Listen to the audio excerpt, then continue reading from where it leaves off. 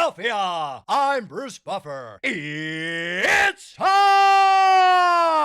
for the Anthony Gorgano Show. Yo! Good morning! Good morning, good morning, good morning!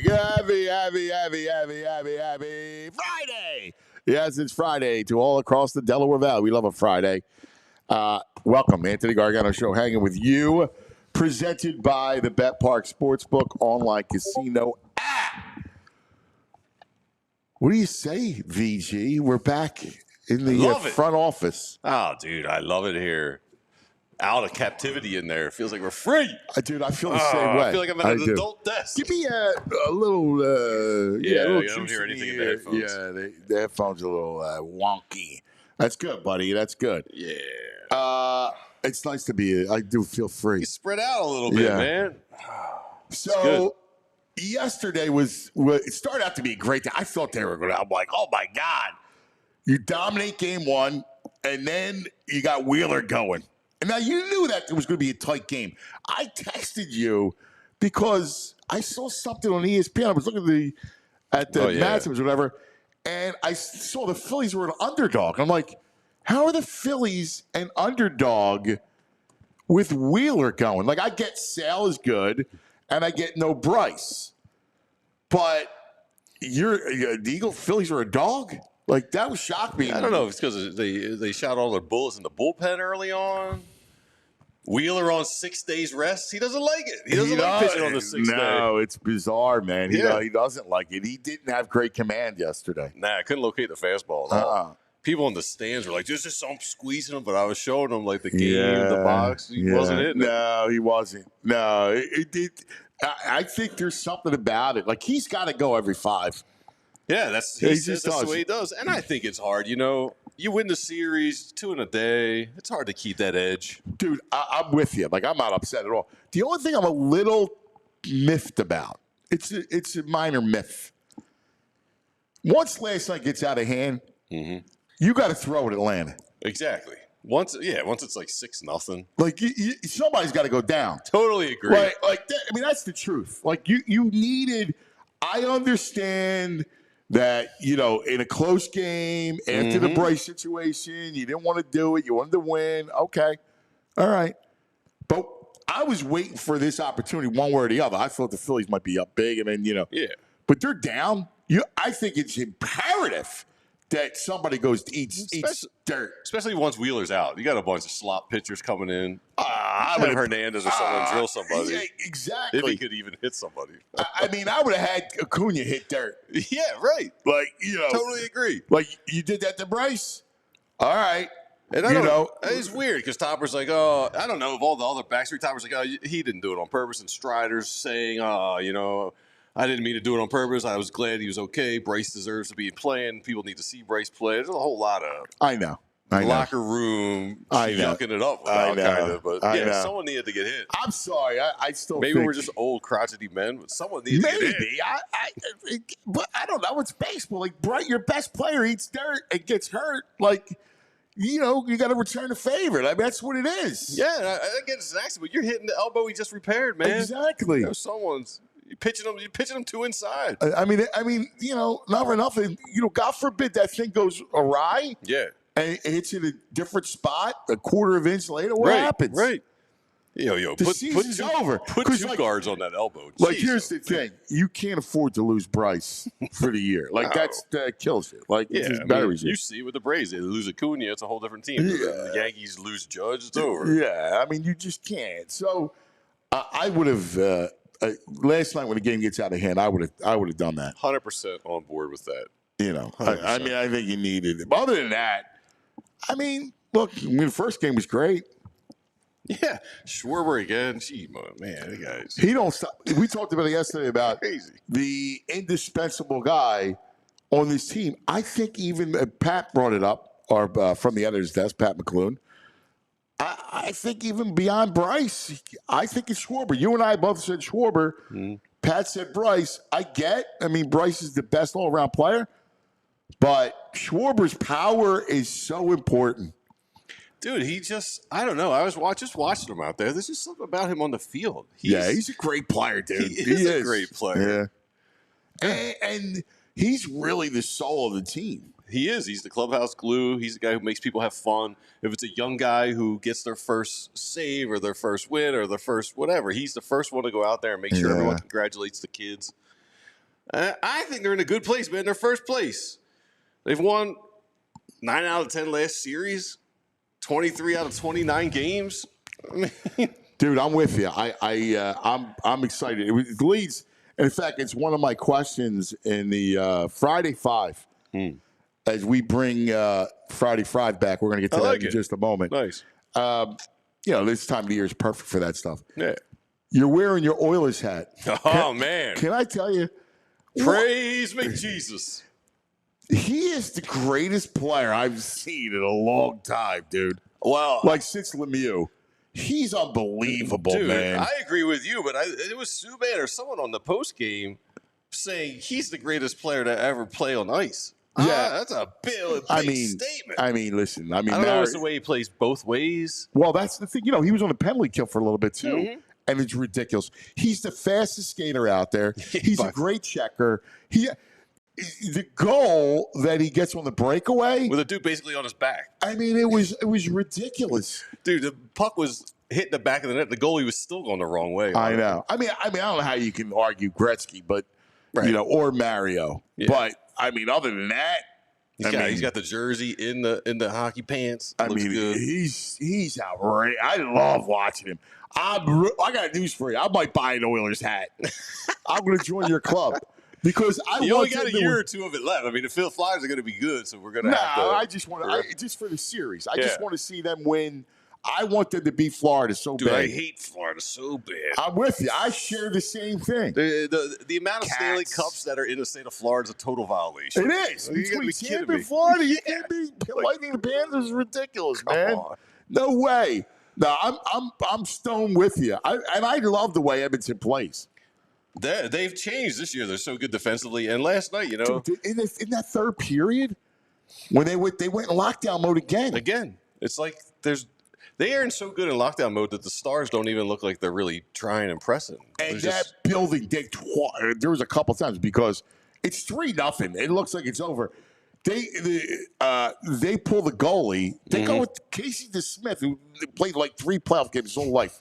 He's 35 years old. And it wasn't the goalie's fault, right? It wasn't the Ottinger's fault. Anyway, they bring it back up. It's 3-0. And it's like, wow, like, what are you going to do? And then somehow they get a goal. They get another goal in the second period. It's 3-2. And you're like, here it goes. That's when McDavid scores on the breakaway. It's 4-2. But then they cut it early in the third to 4-3. Every time they cut it, the Oilers come back with a goal within like 2 minutes. It felt like 2 or 3 minutes. It was, playoff hockey. I've enjoyed these playoffs. And actually, I've enjoyed both basketball and hockey. And last night, I mean, I give the Knicks credit. They're not going to go away at MSG. No, I mean, I was wondering. I liked Indiana. I thought Indiana would keep the game close, and I thought it'd be a sweat, like down to the wire. And they flexed. They were like, no, we're up big. And in that third quarter, Indiana makes a little bit of a run, and then the Knicks just stamp it out.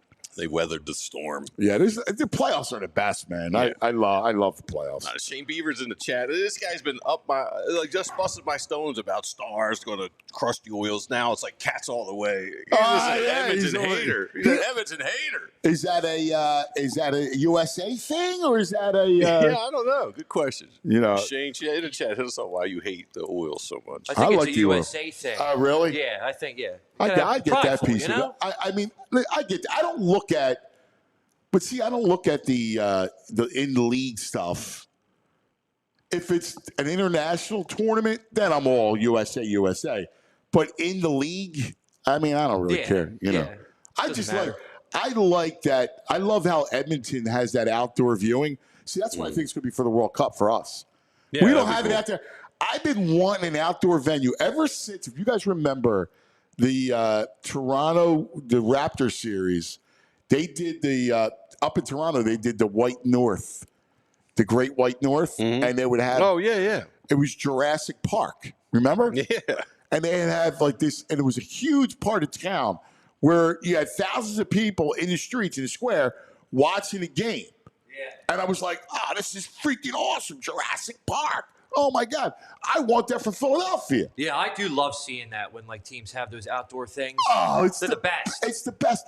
We had a place. I don't even know. Had big hopes for the Piazza over here. I was just about to in bring Northern it up. Liberties. Yes. That was good for like the first year it was out. I thought that would be a space like that. I did Eagles games there. Yeah, great. They had the whole building. Huge It screen. should have been a home run. They used to do concerts there. I would go to concerts there, and it was so much fun. Yeah. It should have been a home run. Yeah. It was a cool spot, man. Yeah. A very cool spot. Yeah. I love that spot. Yeah, well, in fact, I did a show there where I did a tattoo show.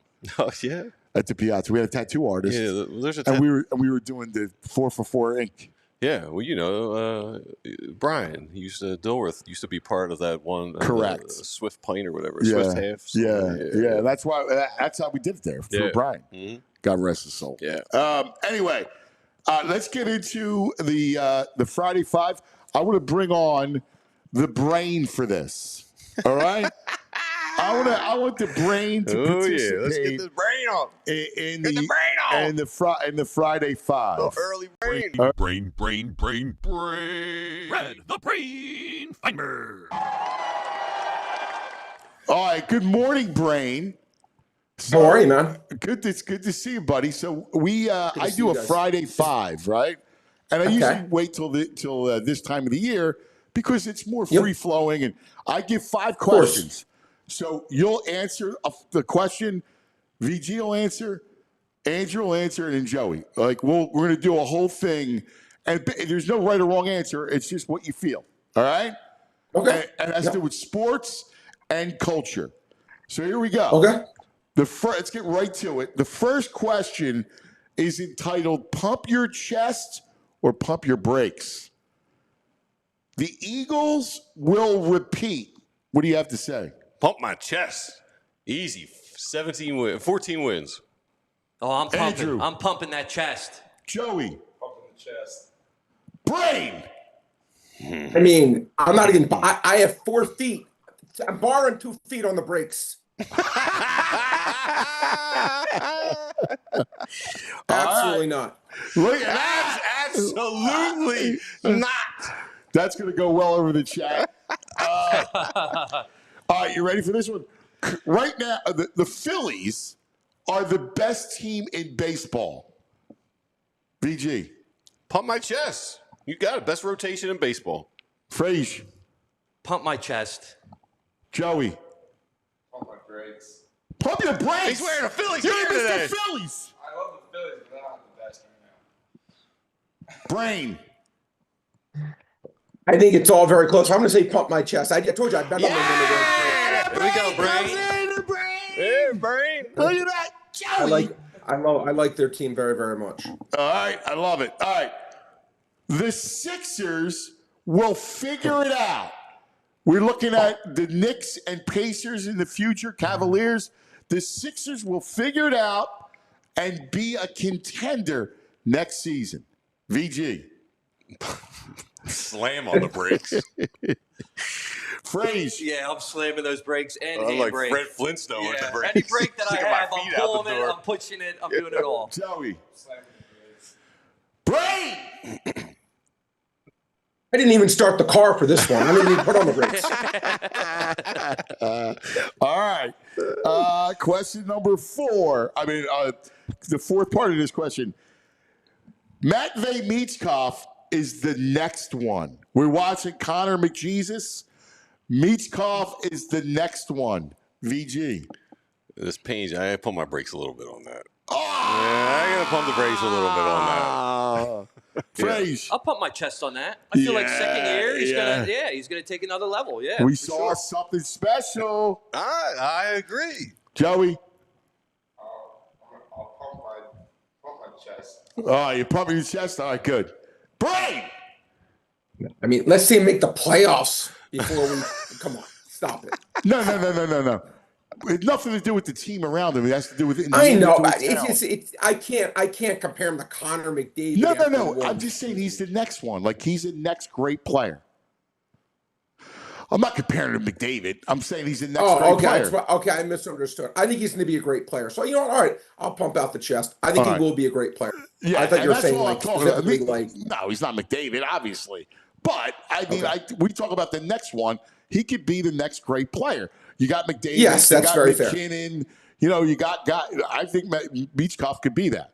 All right, so there you go. Certainly possible. All right, question number 2. Give me your biggest 4 for 4 worry. VG, Eagles. I actually have no Eagles worry. I think they cruise, dude. I got to be honest with you. I have 0 worries. All right. I'm not being a fan. Phillies.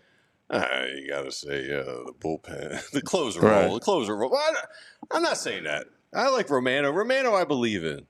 We need right-handed power bat. Wow. That's what we need. All right. Yeah. All right. Flyers. Goalie. It's an eternal worry. It's an eternal worry. Maury. All right, Frazier. Eagles, I mean, I feel confident with, but I will say a lot of the rookies on defense, I just want to see how that develops. That's my thing for them. Phillies, bullpen. Flyers, definitely goalie. Sixers, everything. I have no idea what the direction of that team is. And I'm going to throw the Union in here.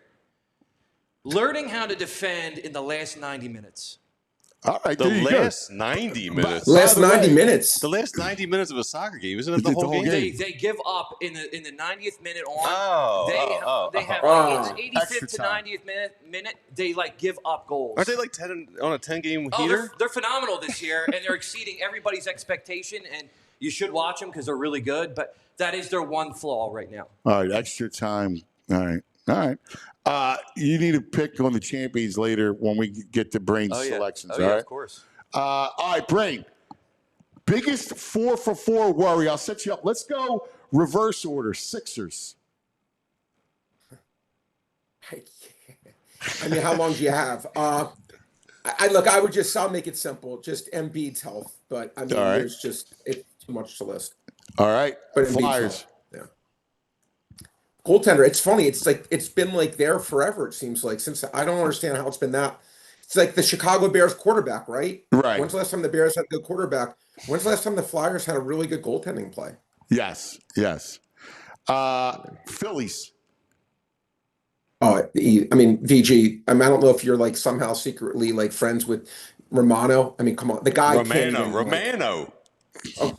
He pitches like Ray Romano. But I'm just saying, like, I can't watch him. He to me is as painful as watching the Sixers. All right. I can't. I actually get scared. Did he close out the game yesterday? All right, Eagles.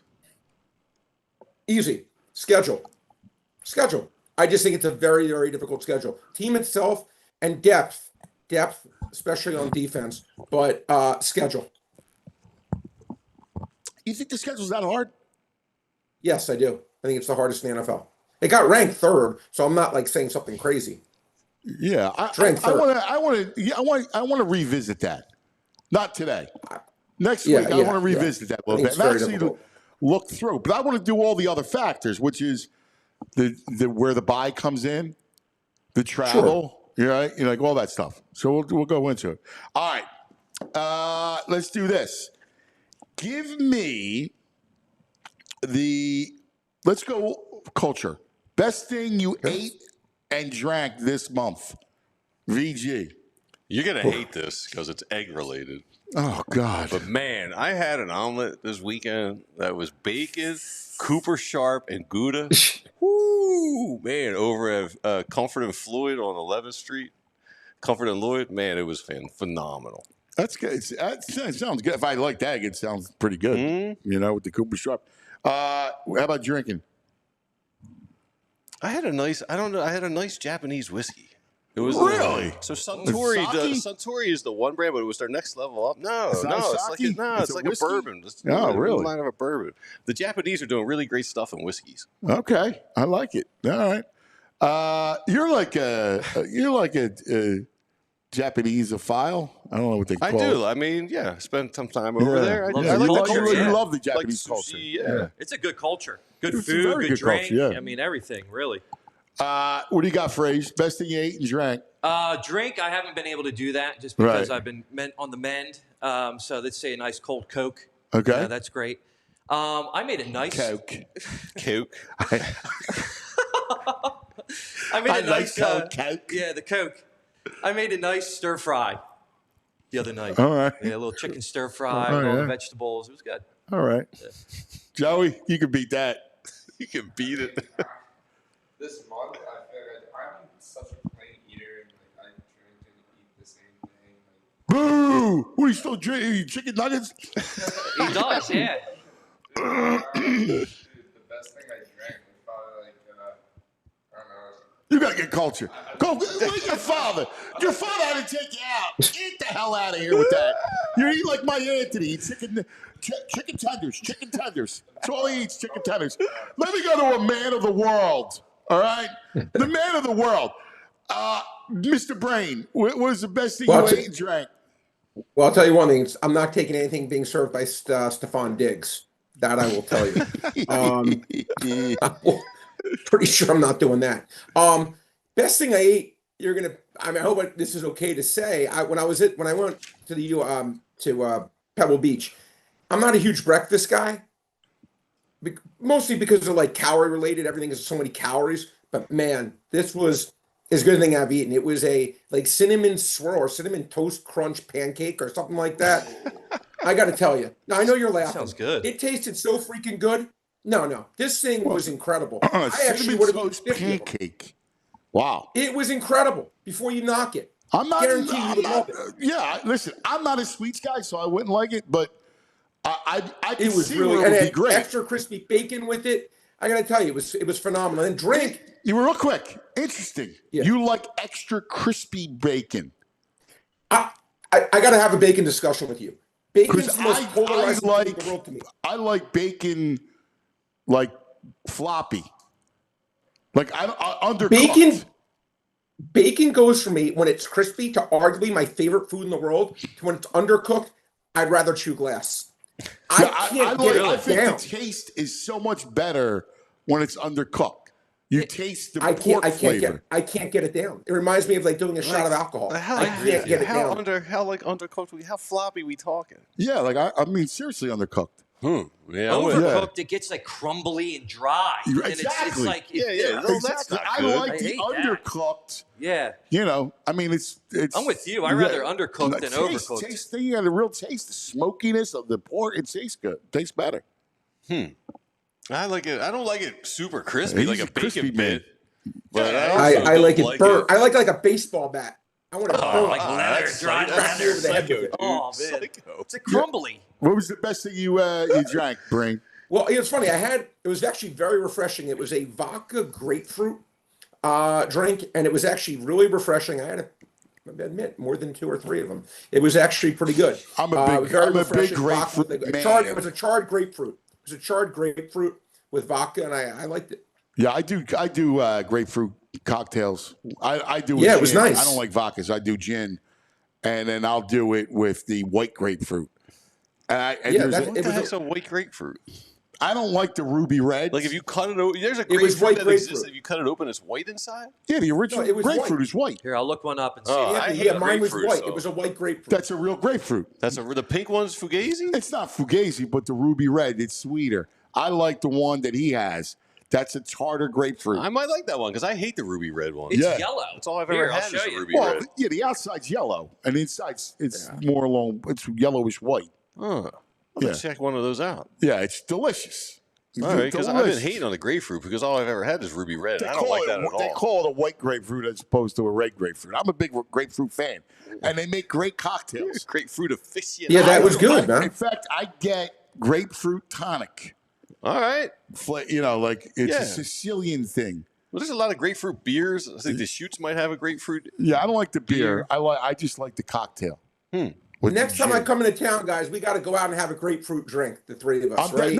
We'll come to your house in Margate, and I'll make Okay. it. Dude, I'm a great. Even better. I'm a great bartender. I make a watermelon cocktail. That's my favorite. Watermelon. Yeah, see, It's a lemon on this left side, or whatever. That's a No, lemon. That's a Great. white That's grapefruit. not a grapefruit. It's a lemon. It looks like a giant lemon. It's a grapefruit, and you know I'm a lemon man. Yes. But that's a grapefruit. Yeah, it's a grapefruit. Wow. Yeah, that's a good job, Fraser. Wait, tell me about the watermelon. Wait, that's do my favorite. a lemon thing. watermelon cocktail, or lime, or depends, right? And it's with gin. Gin. Yeah, you don't even taste the gin. I would love it. It's the greatest thing in the world. I had it in Italy one time, a while back, and I was like, "Oh my god, this is the greatest drink ever!" And I asked the bar, "How do you make it?" Blah blah blah, and I make them ever since. It's the greatest cocktail. I would love that. I muddle the watermelon, right, and love a lot that. of it, and then I pour the gin in there, and I let the gin and the watermelon be together. Then I squeeze fresh lemon in it. I would love that. That sounds good. I do one piece of basil, a lot of crushed ice. Oh, that sounds so refreshing. Dude, I feel like coming there right now, man. You got me. Dude, like it's a I'm great cocktail. jonesing It's for one it. of my favorites to make. You Great ever have cocktail. the grapefruit sculpin? It's a beer. Yeah. That's Is that the great. shoots or no? Who That's makes the that? shoots. Yeah, you're Yeah, right. that's a great beer. Yeah. All right. This our man will know all about. Give me the craziest way you got injured.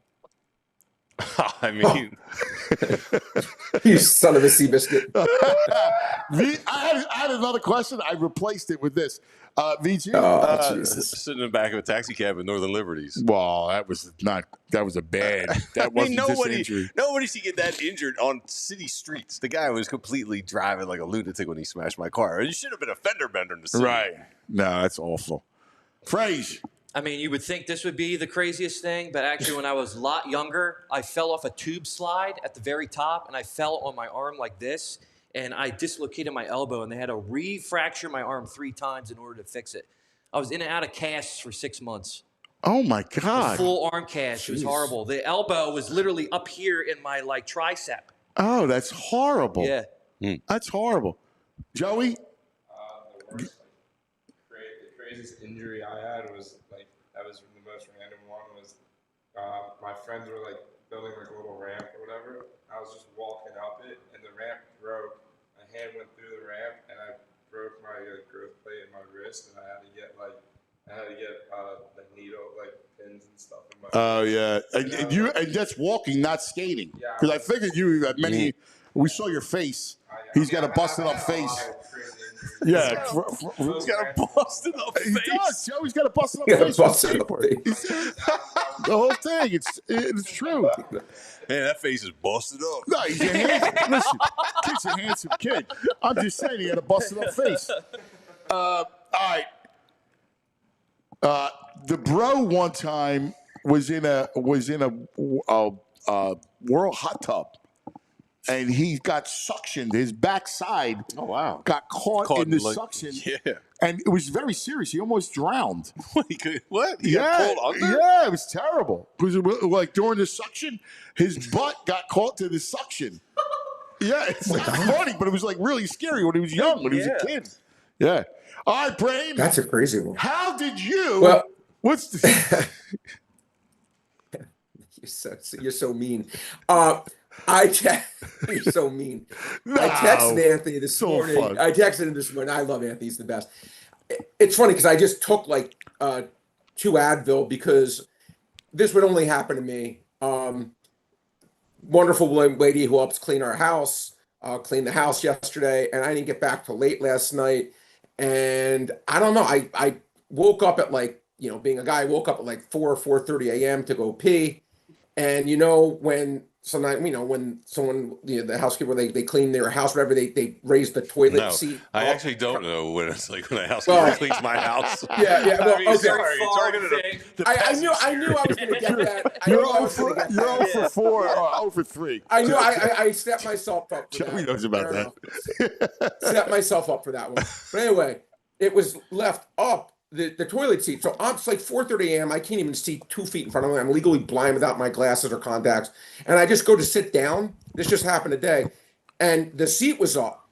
And I was not ready for the jolt. I was like, I literally, I was like, oh, I'm still getting shooting pains on my arms. My back is killing me right now, and I'm getting shooting. Like literally, I'm still That's feeling just shooting sick, man. pains as we're There's talking nothing right wrong. We've now. all done it. We've all sat, you know. Sit down and go. Wait, were you dropping friends off at No. the pool? No, you're sitting down and going. You were squatting the number one? I was I don't even remember. I was whatever. It was I went number Yeah, one he's the set. number one sitter. It was 4:30 a.m. I don't even know what was going on. I was dazed. Oh, I that's was a shame, confused. dude. Oh and, my and god. all I know is I went to go sit down and I was like, oh, because I didn't know the seat was up. And, that's and rough. it's I That's didn't, a so- rough one, buddy. That's a rough Oh, one. All okay. right, last Did question. you tell Queen V you hurt yourself falling into the toilet? She heard me. She heard you. She heard. And her daughter ran on her. She's like, what was that noise? She heard me scream. 4:30 in the morning, he fell in the toilet. That's brain falling in the Waking the toilet. whole house up.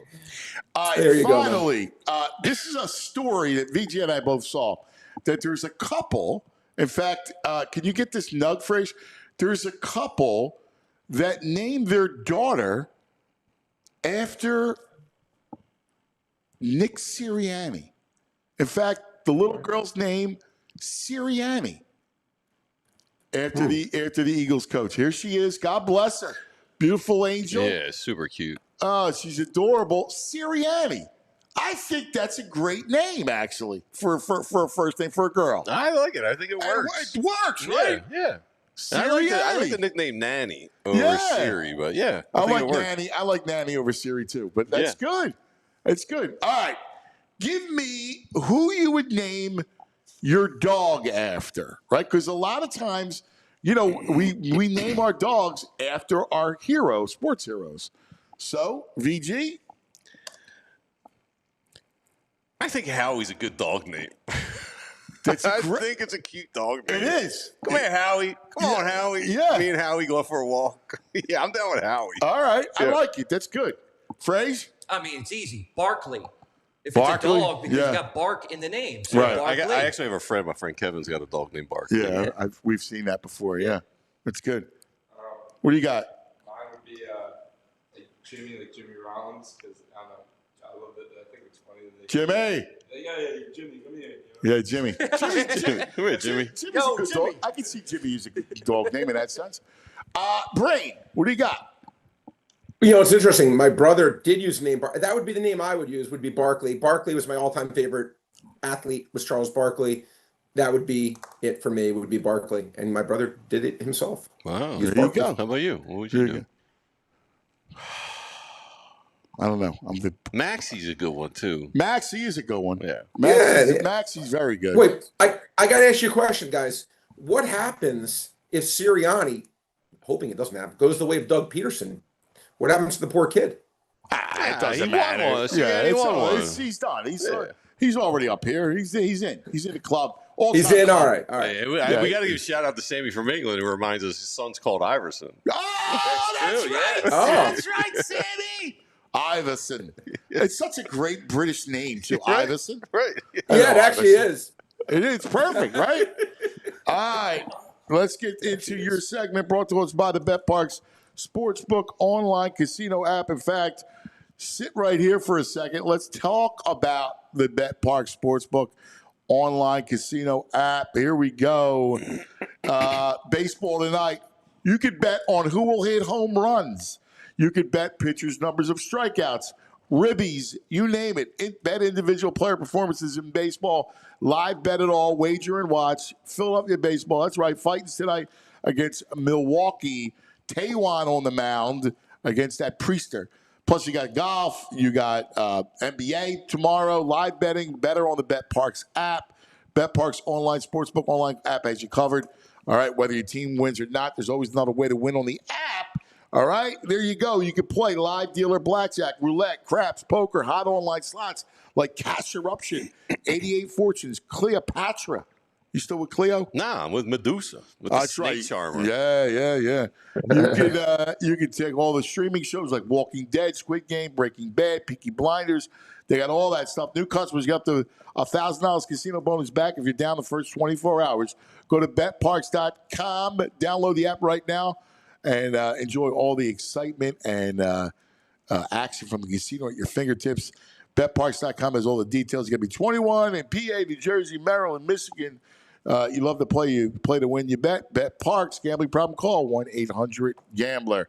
All right, let's tell you about Rothman, our friends over at Rothman. We love them. That's right. Ooh, my neck thanks you, Rothman. Yeah, same here. How about both of you guys getting your neck fixed at Rothman? They're an amazing experience from start to finish. I just want to say that. From start to finish, I had the greatest time. Everybody, the nurses, the guys at the front desk, to the doctors, everybody was fantastic. Look at that testimony from our own. Yeah. There's a testimony. It tells you all about it. Yep. I had my Achilles done. I have a cadaver Achilles, thanks to our friends at Rothman. Is that what I smell? Oh my God! You are. Oh my God! I think you smell that. Those sneakers that look like they've been 100 years old. Oh man, that's actually funny. You got them nasty sneakers. Listen, we've all tried to push through that injury, nagging pain. It just doesn't get any better. That's why we trust Rothman Orthopedics. Mm-hmm. Whether it's running, golfing, playing with the kids, Rothman's experts specialize in treating all types of muscular skeletal issues. That's right. Their focus on high quality, compassionate care will have you feeling better and doing back to doing what you love. So if pain's slowing you down, it's time to take action. Head over to RothmanOrtho.com/PHLY. Schedule your appointment today. Rothman Orthopedics, where your mobility is their mission. Lifesavers. All right, let's get to it. It'll be a big Bet Parks weekend with these two. All right, VG, you've been doing well, right? I did 3-0 the other night. I'm 38-32. Get my head above water. 38-32, pretty good. Not as good as the brain, but pretty good. Yeah, we're getting there. I'm going to go, I'm sticking hometown. The Phillies Brewers over 9. Phillies over 9 if they play, because the weather looks dicey. Yeah. Brain, you are, after your incredible week? I went 2-1. DiVincenzo I should have won that one, but 68-56. 68. If it wasn't a blowout, you would have won it. Well, he had 2 chances. 56. He had 2 threes. I could have been a nice 10-game winning streak. But you know what I want to do, Anthony, before I give out my first official pick?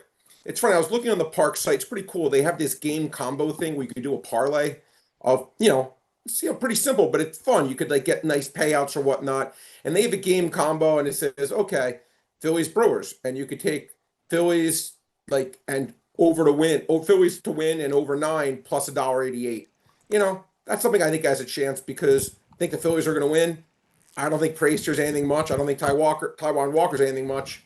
Again, if you're looking for a fun pizza kind of bet, and it's pretty cool looking on this on the Park site, that would be something I think has some legs. Look at that. Phillies over Milwaukee. Look at this. Yeah, well, there you go. Parlay. Yeah. The brain never does a parlay. That's pretty good. I'm going to start off with my first official bet. Love this bet. Max Fried over 4.5 strikeouts.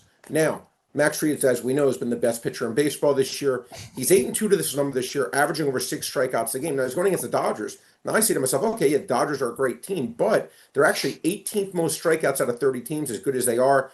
Fried has just been tremendous. Love this bet. This should be 5.5. Max Fried, when it lands on 5, like I told you, Fried over 4.5, first bet of the day. All right. I like it. All right, VG.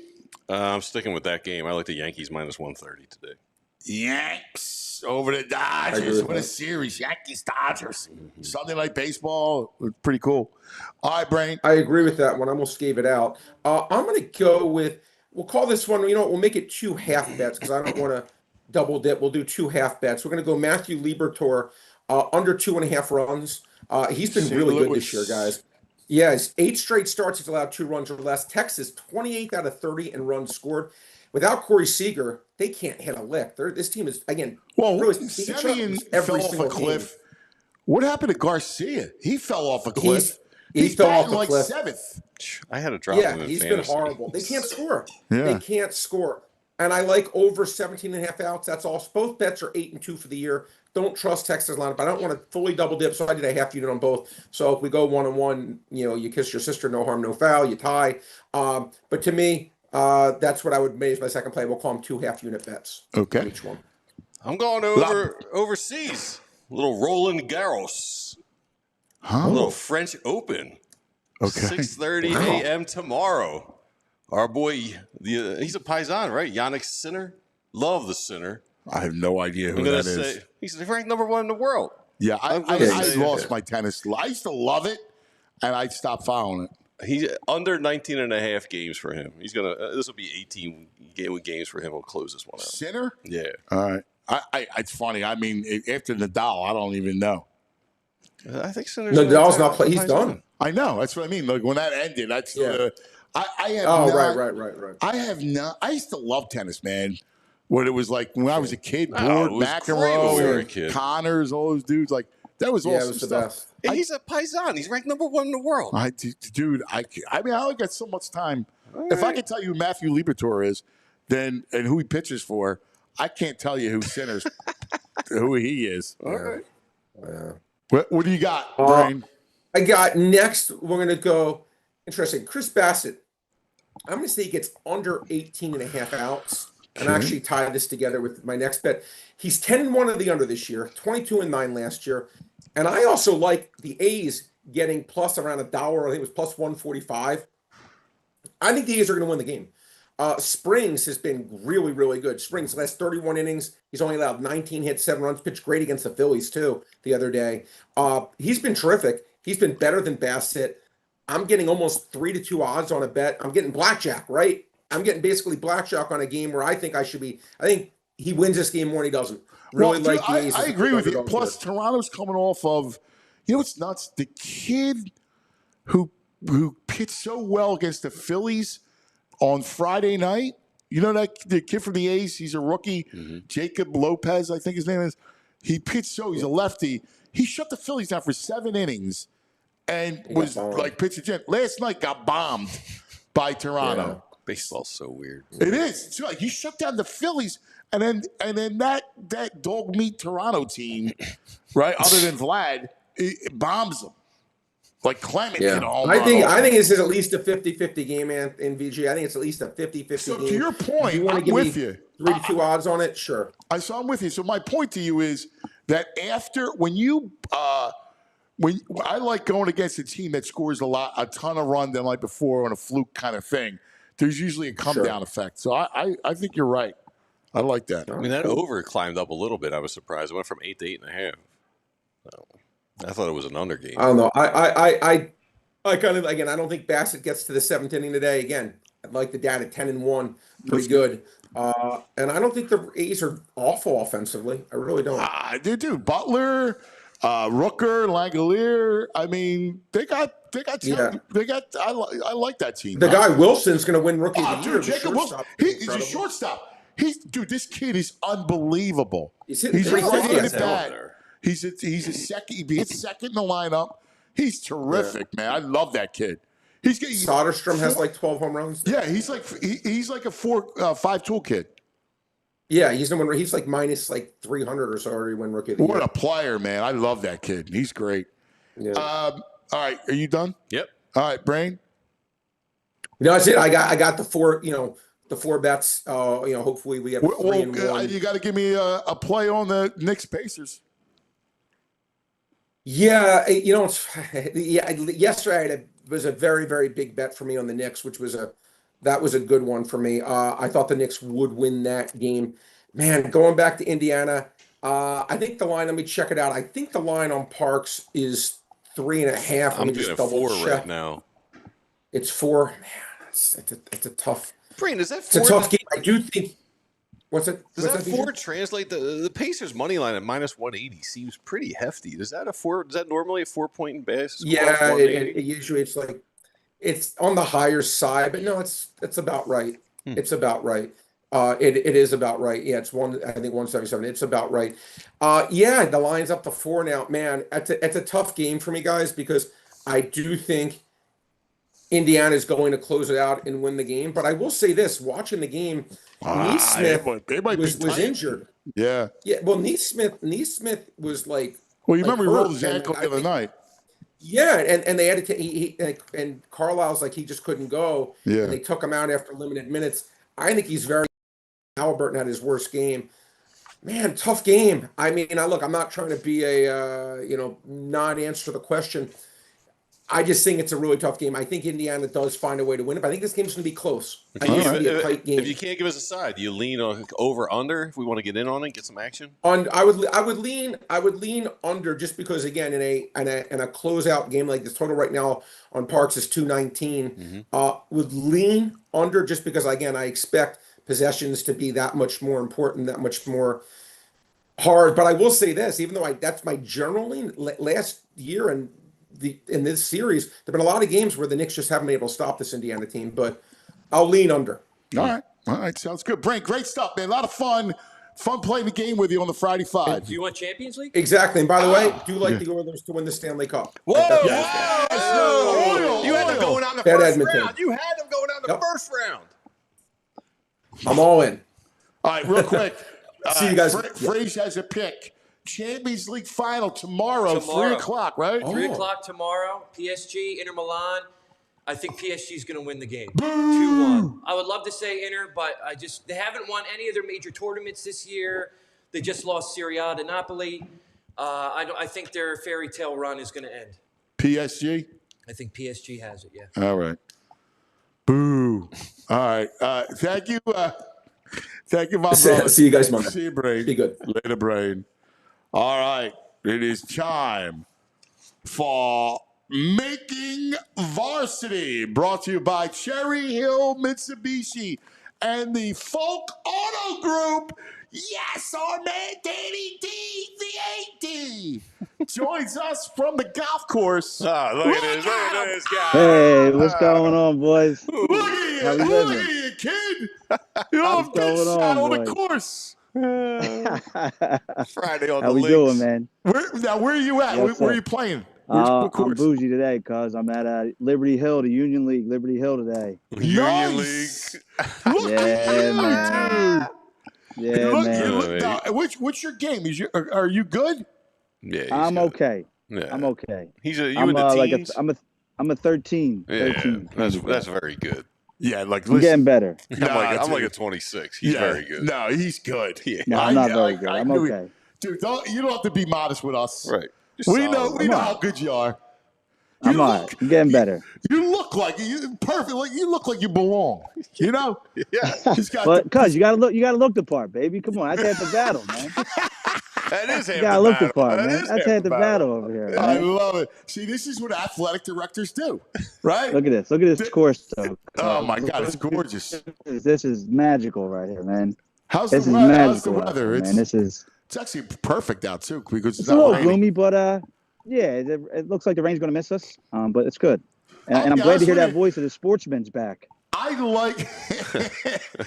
like those days, being out on those days, like the overcast. The sun's not beating down on you. I like that. To be honest with you. No, me too. I played 4 rounds already this year, and I'm getting a really bad golf tan right now. So I'm like my arms are brown, and if I pull up my shirt, I got like the worst tan line. So I'll take a gloomy day right now. You know. Oh, that's great. You write this off? You out there looking for some high school phenoms? This is a work day, man. We're always networking out here. Yeah. You know, we're playing. Do a little recruiting. Playing with the guys, Yeah. building relationships. You know how that works. Yeah. Well, listen, I mean, he's the big move is coming. Right. When's the official date? July 1 will be the first start date over there. So we're 1 working at Penn now. Charter. Yes, sir. So we're making a move. But listen, last week, baseball playoffs, kind of like we talked about, the 4-5 advanced in the Catholic League. Bonner versus Ryan in the final. They upset Wood and LaSalle.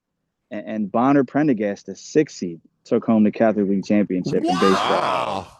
The Friars. It's the Friars' year this year. Oh my God! Look at So that. What? Delco is rejoicing. Shortstop Upper high, Smyrna. baby. Shortstop high, man. So They they had a got big great win. shortstops come out of Coming there. out of Bonner? Yeah. Well, Kevin. Yeah, you man. know. Give me. Yeah, I mean, when you got a pro, it's. Give And then me on the somebody- Interact side in baseball, Uh-huh. Malvern won their 3rd straight PACE championship, and they took down Episcopal 6-1. So Malvern right now is just running it. They won 3 in a row. They're doing a really good job. Just absolutely That's that Ben dominating. Davis. That's the Ben Yeah, Davis man. squad. Yeah, his boys over there. So, yeah, man, Malvern's doing a really good job. But we're going to change it up. PC, we're going to come for him, man. I'm coming for them. Put them on notice. Oh, I like it. Put them on notice. Put them on notice. Give me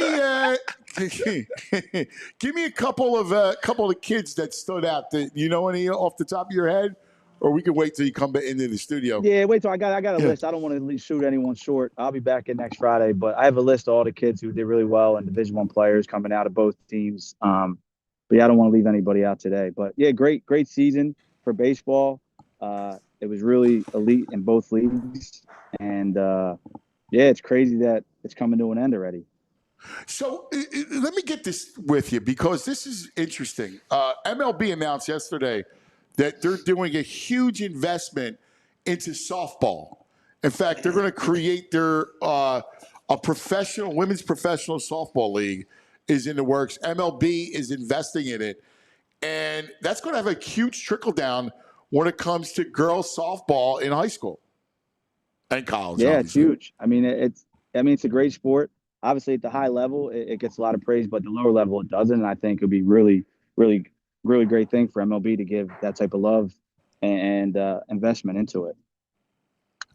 It's kind of cool because the girls, I was having this conversation with a buddy of mine who's a girl dad, in fact, and we were talking about how the girls now are getting opportunities, right? Like you see, basketball has always been that way, but now with flag football, I was referencing you talking about how excited people were for the girls flag football, right? So you have that, and then now you have softball. So like all the major sports are tied into it. Yeah, no, it's great. It's really taking the next level. So for all these teams to really get the proper love and investment that they've been kind of craving for over, for how long, right? To see them getting their shine now is really cool. And I'm love that the professional teams are starting to invest in them like that. Yeah.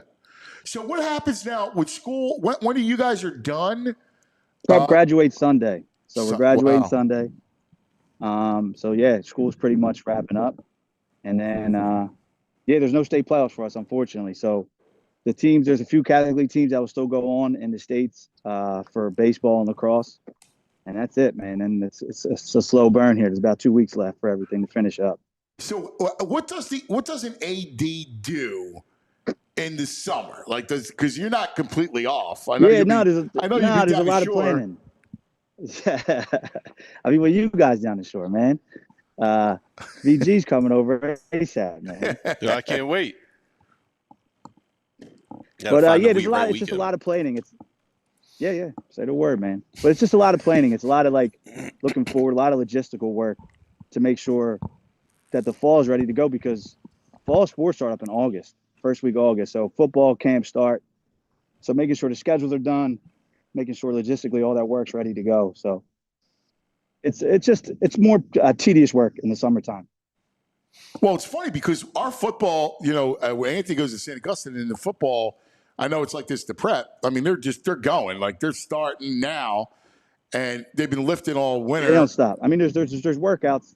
Yeah, there's workouts, but we're not so much on the athletic side. We're not so much involved in that until August when that officially starts. Right. But again, there has to be a lot of prep work for all that stuff to happen. So. Well, especially for you guys that are, you're doing, you're playing 3 national games. Big deal. Yeah, no, the prep, big schedule for them. So I'm excited to see how they do. Young team going to be tested, it's but not a we'll get a lot of coverage out of that. I'm still getting used to it. It's wild. Yeah.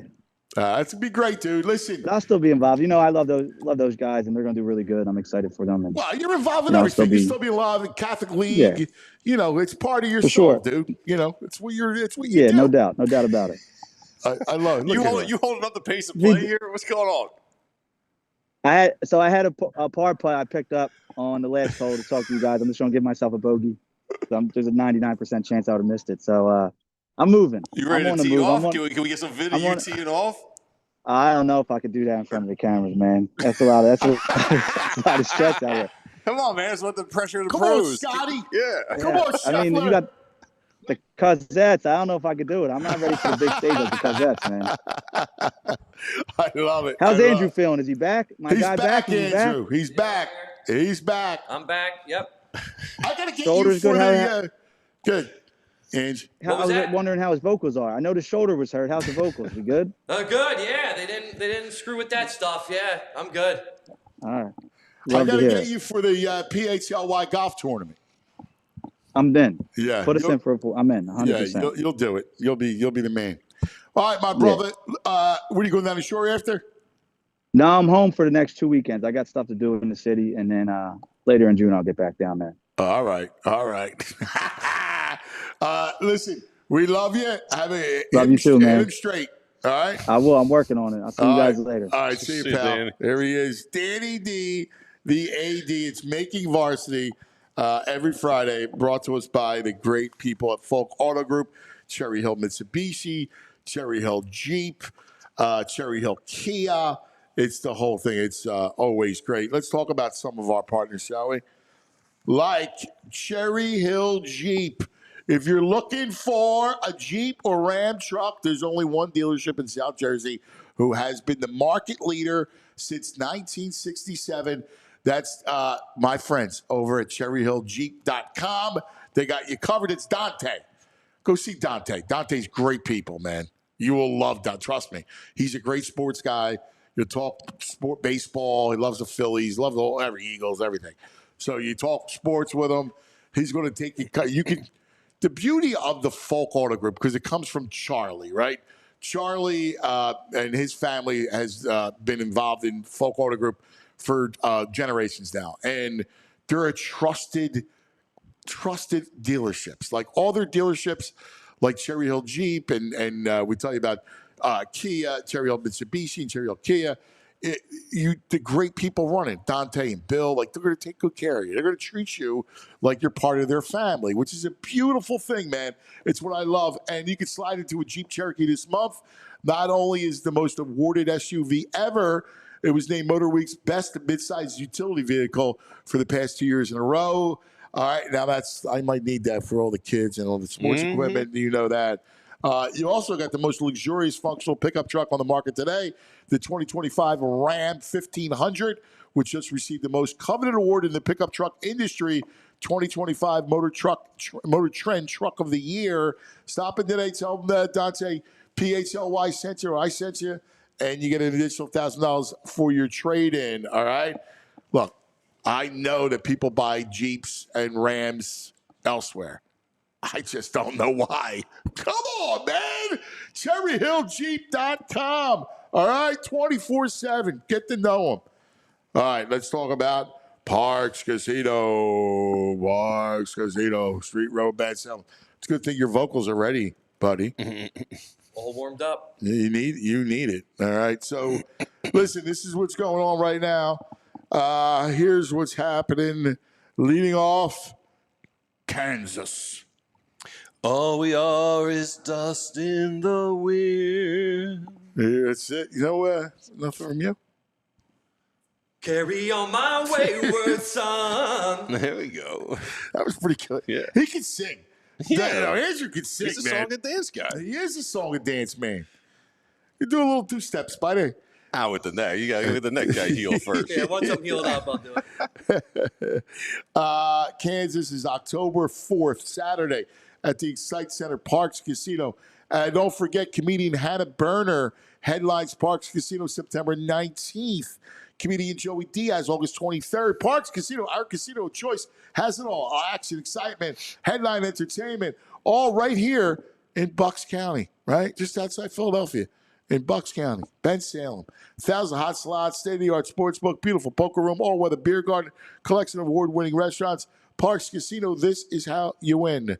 Here you go, May 30th, country artist Ashley McBride. I never wanted to be that girl. Never wanted to hate myself. July 6th, Taj Mahal, Kev Mo. Woke up this morning, mama, had them stage of ball blues. July 3rd, Gary Clark Jr. Here come old flat top, he come. Grooving up slowly. July 12th, comedian Mark Norman. September 6th, UB40. Why? I was gonna go. Yeah, you go. Your song. Do it. Wise men say only fools rush in. I thought that was Elvis.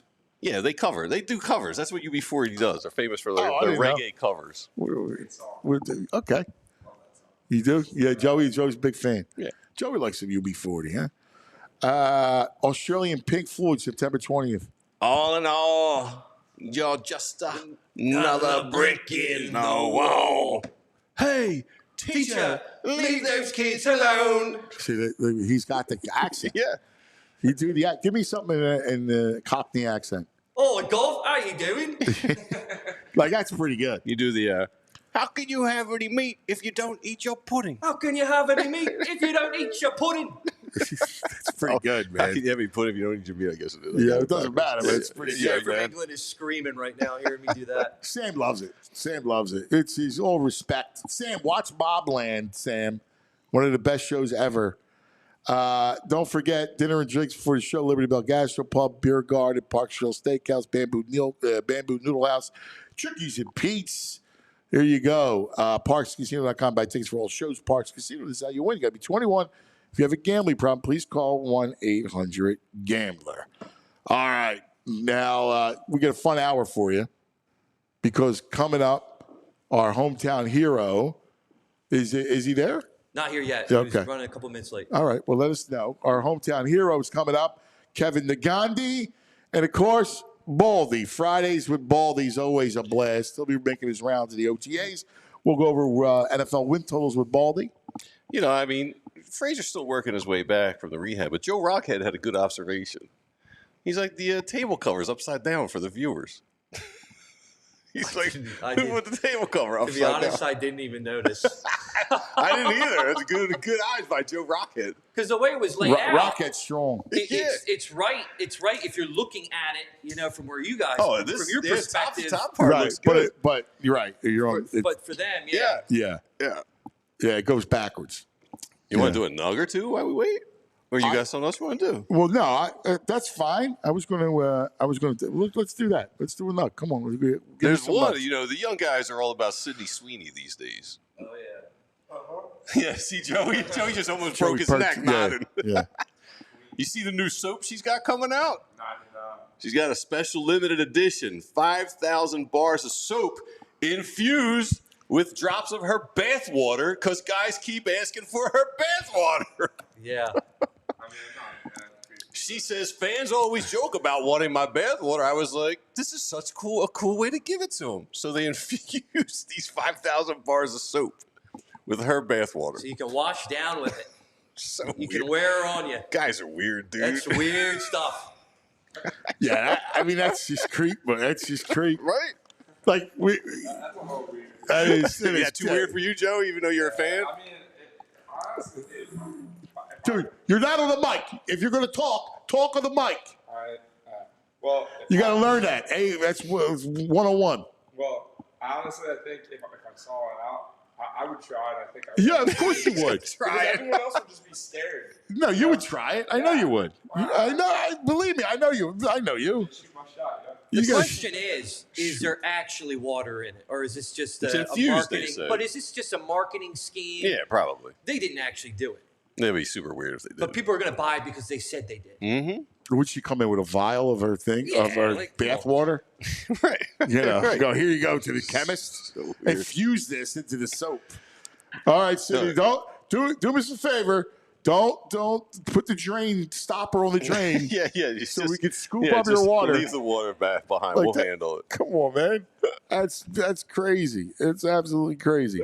All right. Our next guest, we love him. I got a couple of things I want to do with him. We did not go over the Eagles schedule, so I want to go over the Eagles schedule with him. And I need to give him the Friday Five. Yeah, nice. All right? Yeah. Because I'll have some fun with our main man. The one, the only, our hometown hero, who always represents Philadelphia the best way for the likes of ESPN, ABC, the best. What do you say, Kevin Negandhi? Super Bowl hoodie on. That's strong, dude. Hey guys, how we doing? What's up, What do you Kev? say, buddy? I'm good, man. Can you hear me? Is my connection good? Yeah, you're We fine. hear you. We got you good. All right. This is our outdoor Friday studio. It looks amazing. Are you? It looks like one of those wide open spaces in a warehouse, and then you could turn it into like a workplace or a wedding. Like it looks awesome. Yeah, this is our spot. So we have 3 studios, and there's studio space up front, in the back, and I like it out here. Right? I always hated a studio. I like space, and I feel wide open, and I always think it's cool because people will be coming into work, and I like the action. It reminded me of, what's that show? It's in like an entertainment show. TMZ, right? Like where they're in the middle of the newsroom. And I always thought that was cool. I wanted to do it all the time out here, but because of our equipment, we have to do the studio. And on Fridays, usually we get people come in, we get food, Kev, everybody comes around. We do the exciting mics out here. Cooper and Reed Blankenship. Coop and Reed do their show out here, so it's a lot of fun. Cool. Yeah, it's good. I got a lot. First of all, what's new in your world? And then I got a bunch of things I want to go with you with. You want to know what's new in my world? Yeah. This is what's new in my world. Oh, look at you! Nice. What a cutie. What's his name? Or her? His name is Bentley. Is a 7-month-old silver lab rescue pup. Wow, nice. And he was named already, but the kids gave him a middle name, Maverick, Bentley Maverick. And now, I mean, the backstory to all this, we've been talking to my wife for 2 years, my fantastic wife, Monica, and it was 4 against 1, but that one has the most power when it comes to voting. Yes. Yes. Especially when, she's doing everything. So she sent me a note late last week and showed me the picture. Now, I used to have a chocolate lab that was like a puppy when Monica and I started dating, and then she was with us for 9 years. Wow. She passed away 11 years ago, and I've been wanting a dog, but it's hard to have a dog when you have young kids, right? So eventually Monica showed me a pic and said, hey, he may be available, and he came to the house, and who were we kidding? I mean, he's ours. So he's a good boy. Nice. Congratulations, man. Congratulations, buddy. Nice work on the rescues, too. He looks outrageous. He looks so adorable, man. You're the greatest. You know what's funny? We have our family dog, Gagoots, is a sheepdog, right? Yeah. And Gagoots is attached to my oldest. He loves both of the boys, but he's really attached to – they always pick one that they become attached to. And he's attached to Anthony. Anthony is doing a freshman trip to Costa Rica. It's like they do missionary work, and they have fun, but they do a lot of good works. So he's away, and it's the first time he's away. So the Gagoots is doesn't know what to do without him. He's at the door, and then every night he guards. Now he sleeps with Massimo, and he guards the room. He doesn't let Massimo leave. It's crazy. He's no, man. I lost one. I'm not losing you. Exactly. So first night he was with us. He found my oldest, and he went to bed with him. No questions asked. He won't leave my oldest, who's 13, and then the middle one, probably Massimo, our second one, it just wants to be around him all the time, and so it's an interesting dynamic. He has found a way to attach himself to the 13-year-old. The 11-year-old wants to be around him, so he knows that he always has the 11-year-old. The problem is it's separation anxiety that we're dealing with because, again, a rescue pup, everywhere we go. I mean, he's sitting literally on me. We're going to probably go into some training and stuff like that, but he's the best. There he is. That's beautiful. I love it. You and I are living parallel lives. It's insane. It's great. With the kids, it's the same thing. It really is. It's bizarre how that works. And what a great dog, man. The labs are beautiful. They're the greatest dogs, man. They're just amazing animals. Just amazing. Yes, they are. So congratulations, my brother. Thank you. Let us have some fun. A couple things. One, we did not go over the Eagles schedule. So I need to do W's and L's with you. Okay. All right. I'm curious how you view it. So here we go, my brother. Let us start with the opener, which is going to be epic. W. They don't even know. That's right. Dallas, 8:20, September the 4th. We all got it as a route. That's going to be a great time. Yep. And then hang the banner. Yep, absolutely. Nothing better than hanging the banner in Jerry's face. Jerry, look at this. It'd be great. At Kansas City the following week. That's a win. Oh, look at that. I'm in. Then we go home Rams. Here's the problem with that game. It's in September. Like home Rams, I would love to have it in November or December. That's the problem because Stafford is really, really good, of course, in domes. He's fresh. Yeah. But the weather in September is really, really nice in Philadelphia. Yeah. I'm gonna say that's a loss. All right. Damn. Now we got at Tampa to finish the first 4 games of the year. At Tampa, what do you got? That is a win, and for multiple reasons. They've got to get this monkey off their back, and that is in Tampa facing Todd Bowles' defense, and especially how much they've been embarrassed by it.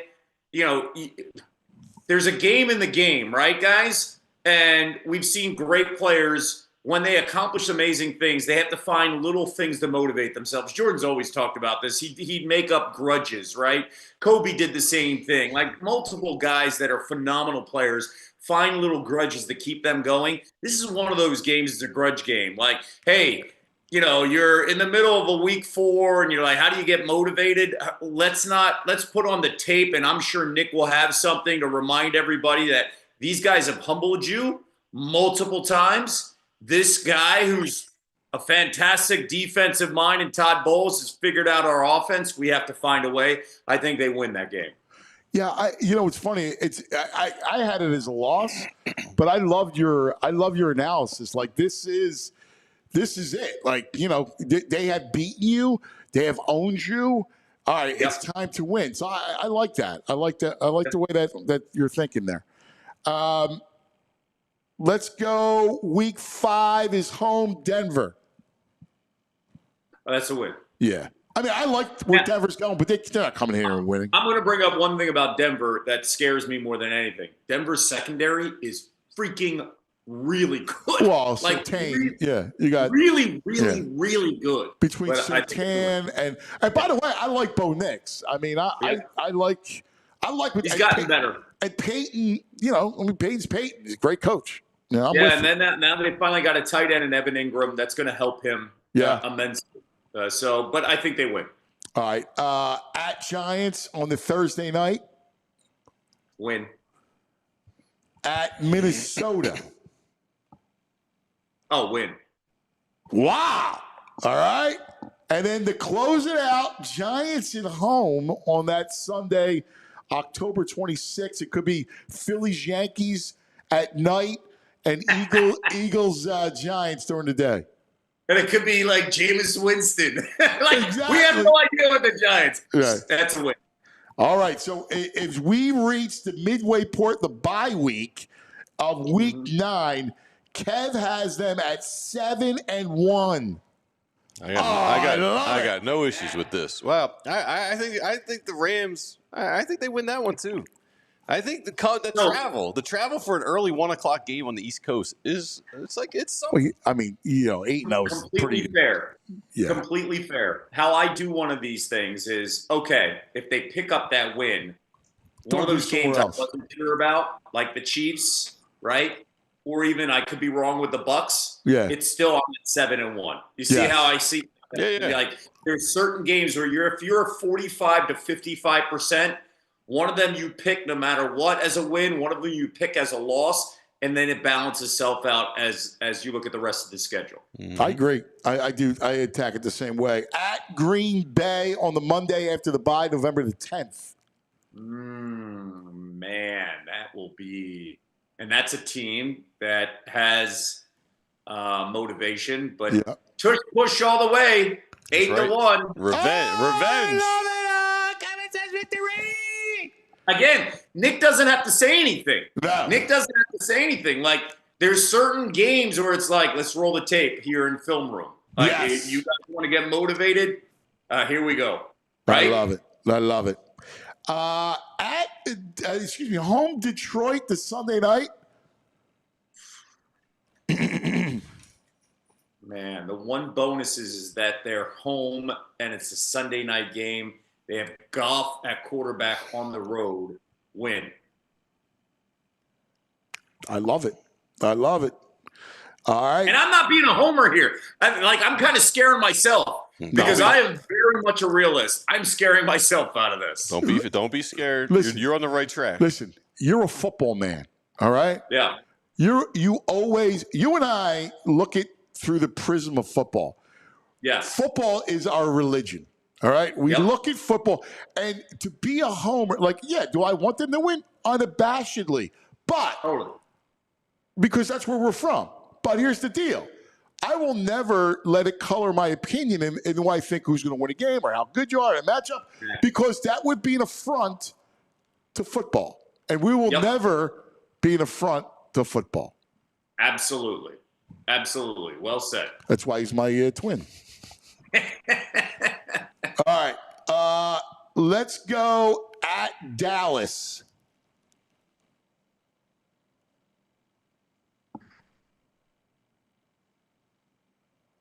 That's a loss. Ooh, Gerald.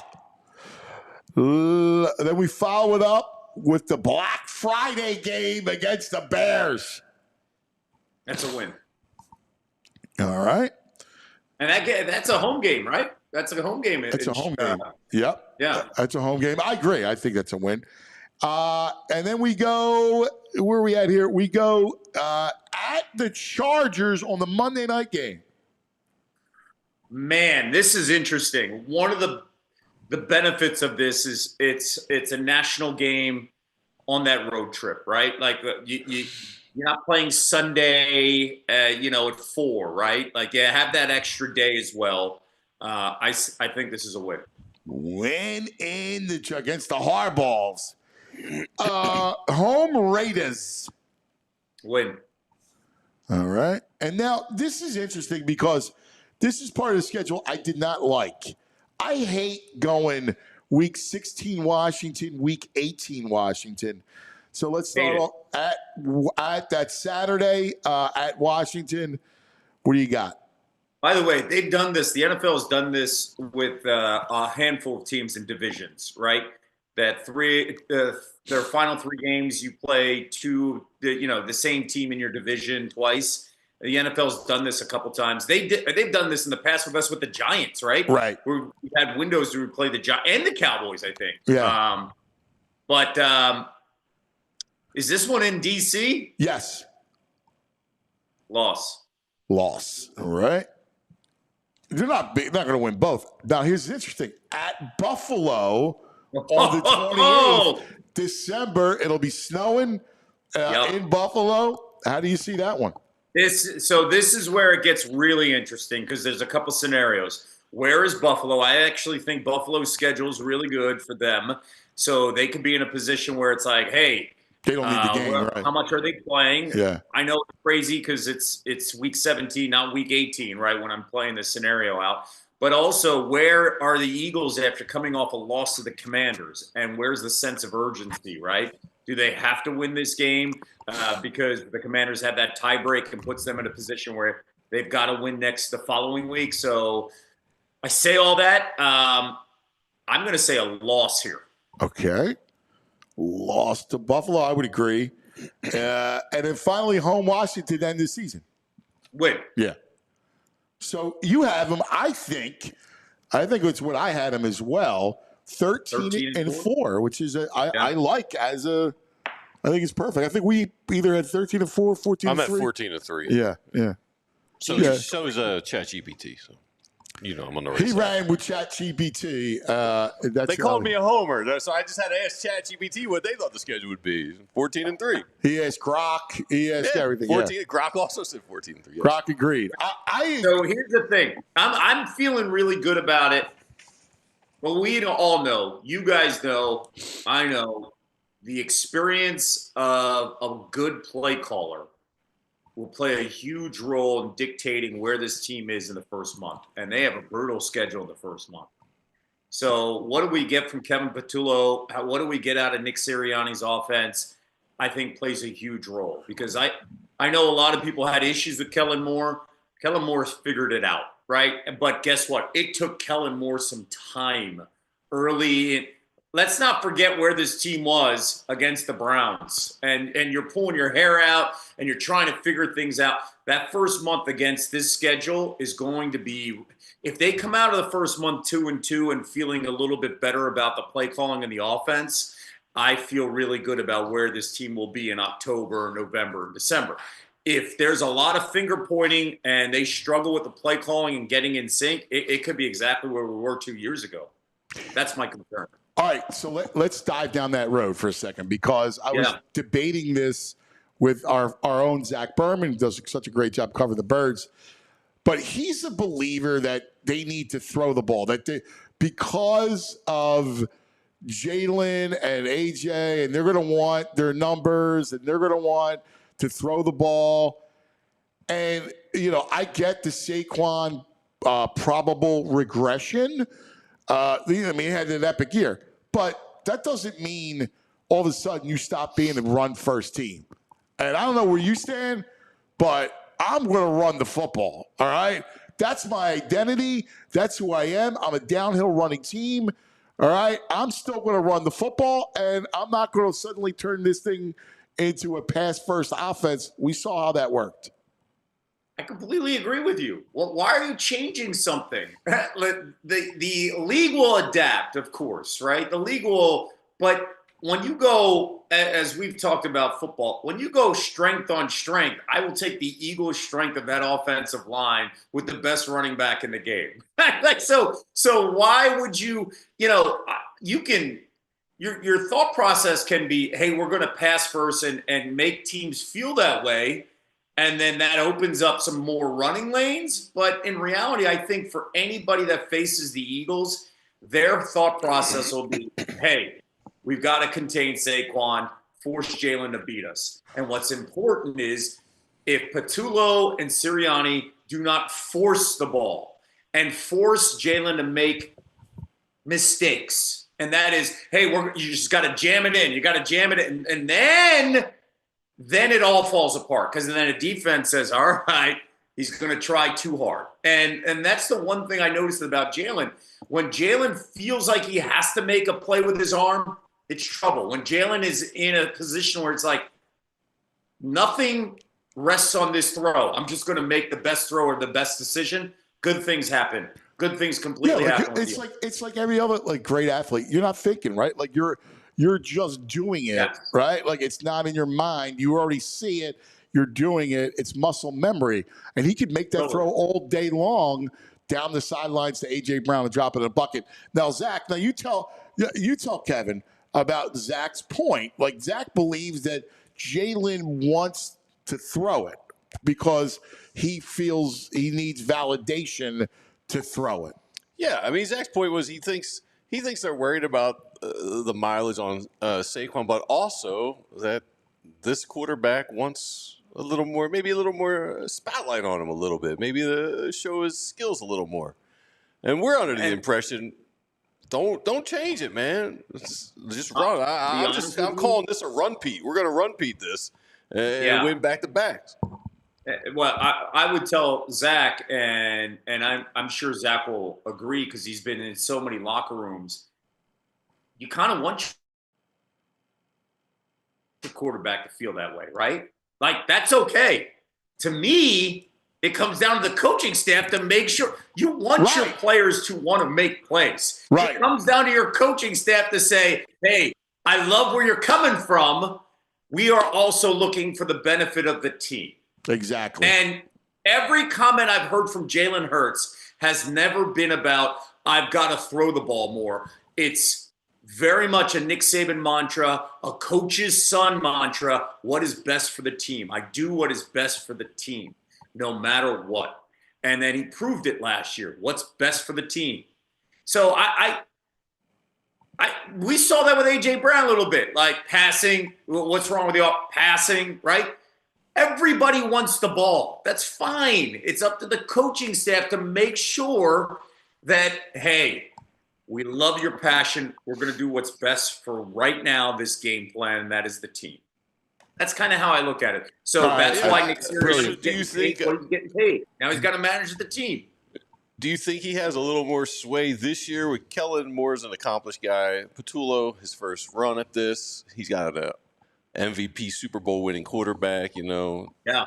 Does he give in a little bit? If Jalen's on him, is he in a position where he can hold steady? I don't know if he gives in, but let's not forget, and I thought Brian Johnson took a lot of strays that were unnecessary at the start of that season 2 years ago. Nick loves to throw the football.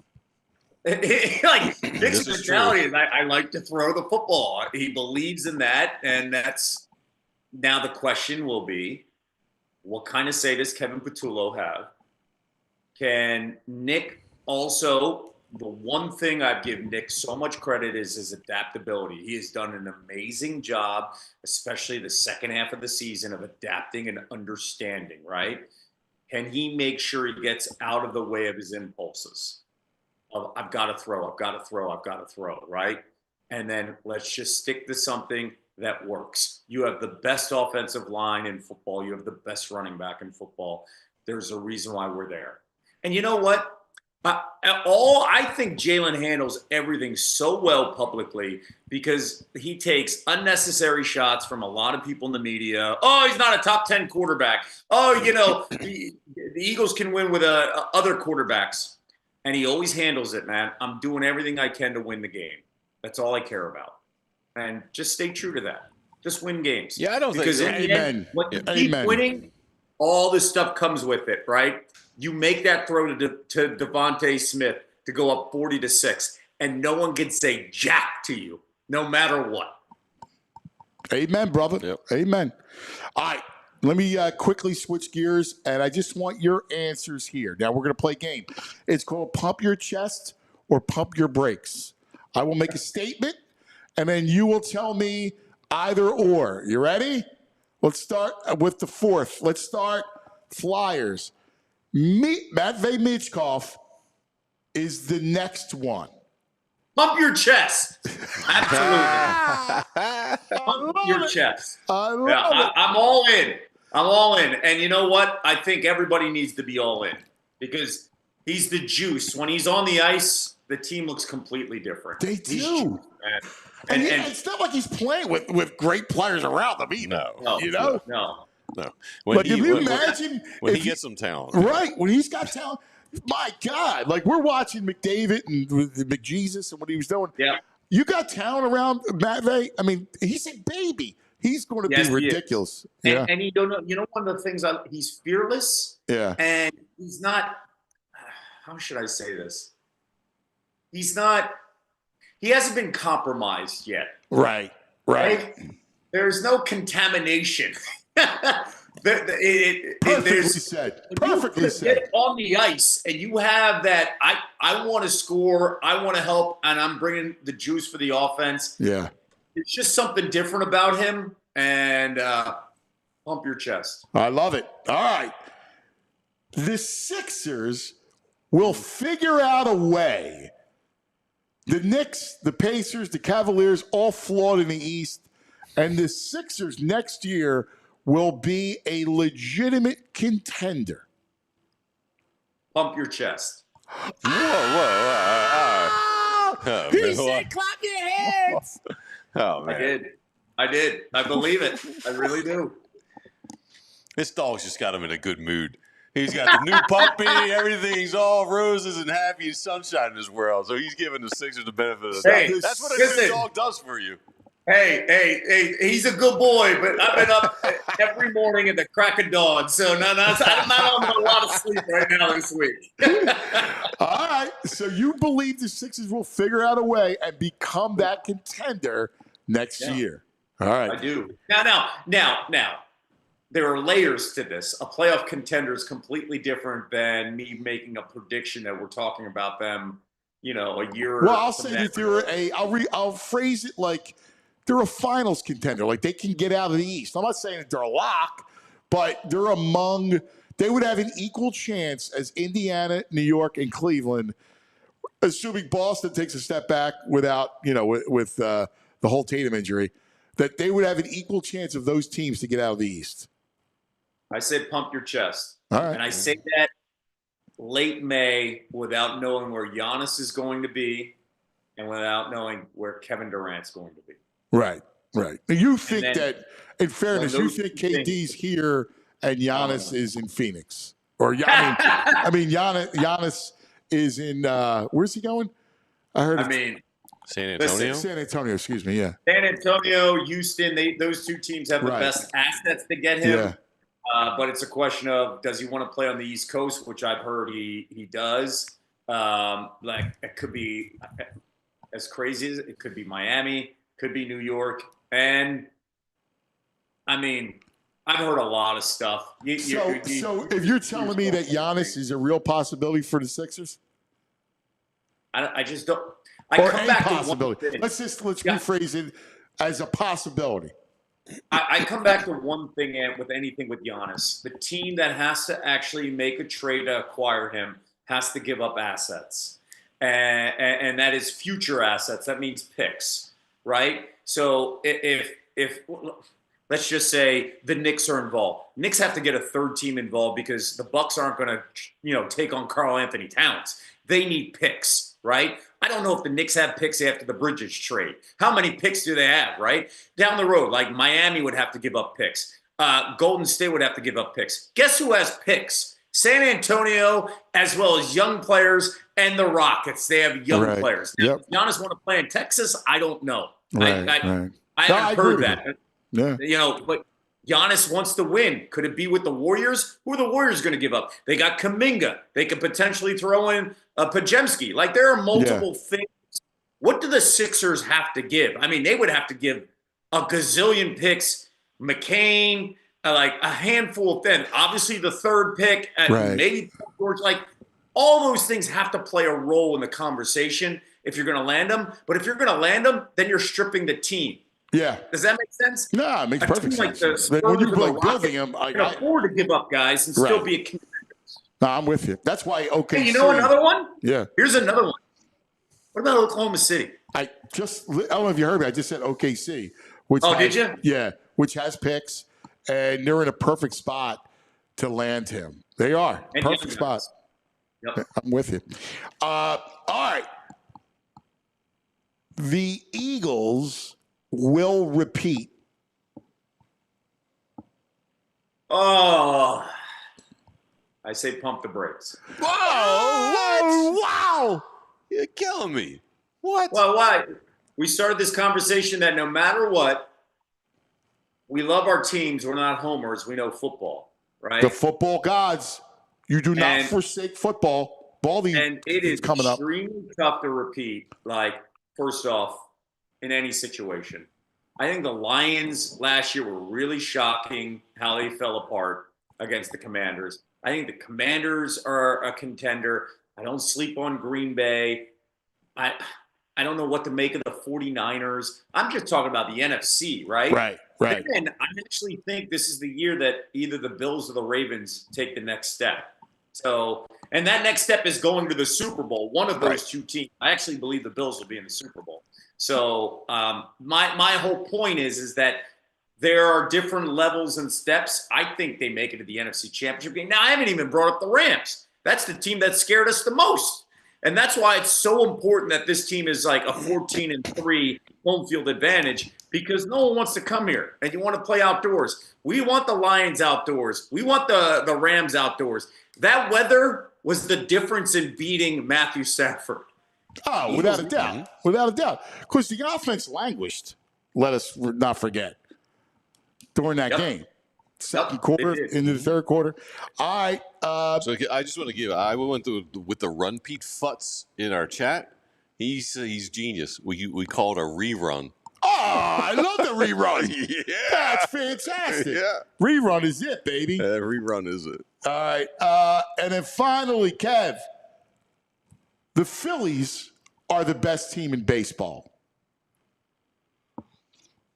Pump your brakes.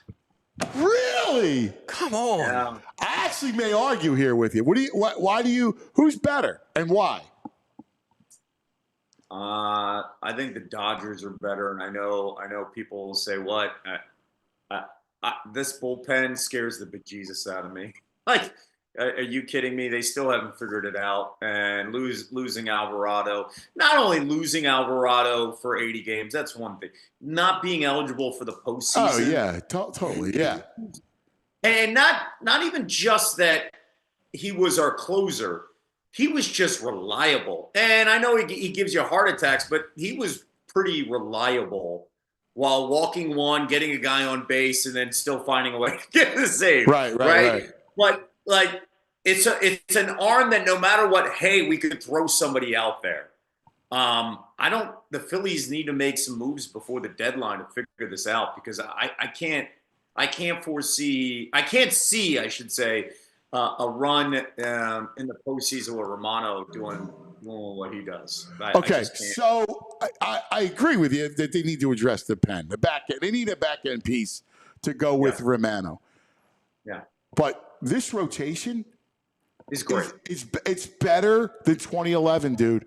It's the four aces. This rotation is better.